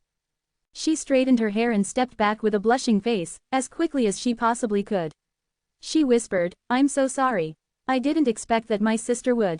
Zen waved his hand, in a nonchalant manner. He didn't care about what had just happened, not in the least. He then glanced to his side, his eyebrows twitching nervously. He guessed that they must be at the very end of the Heavenly Wheel Temple. A huge bronze wall stood at the end and a few very unique lines were drawn on it. Furthermore, right smack in the middle of all the gathered lines was a small jade seal, emitting a faint light.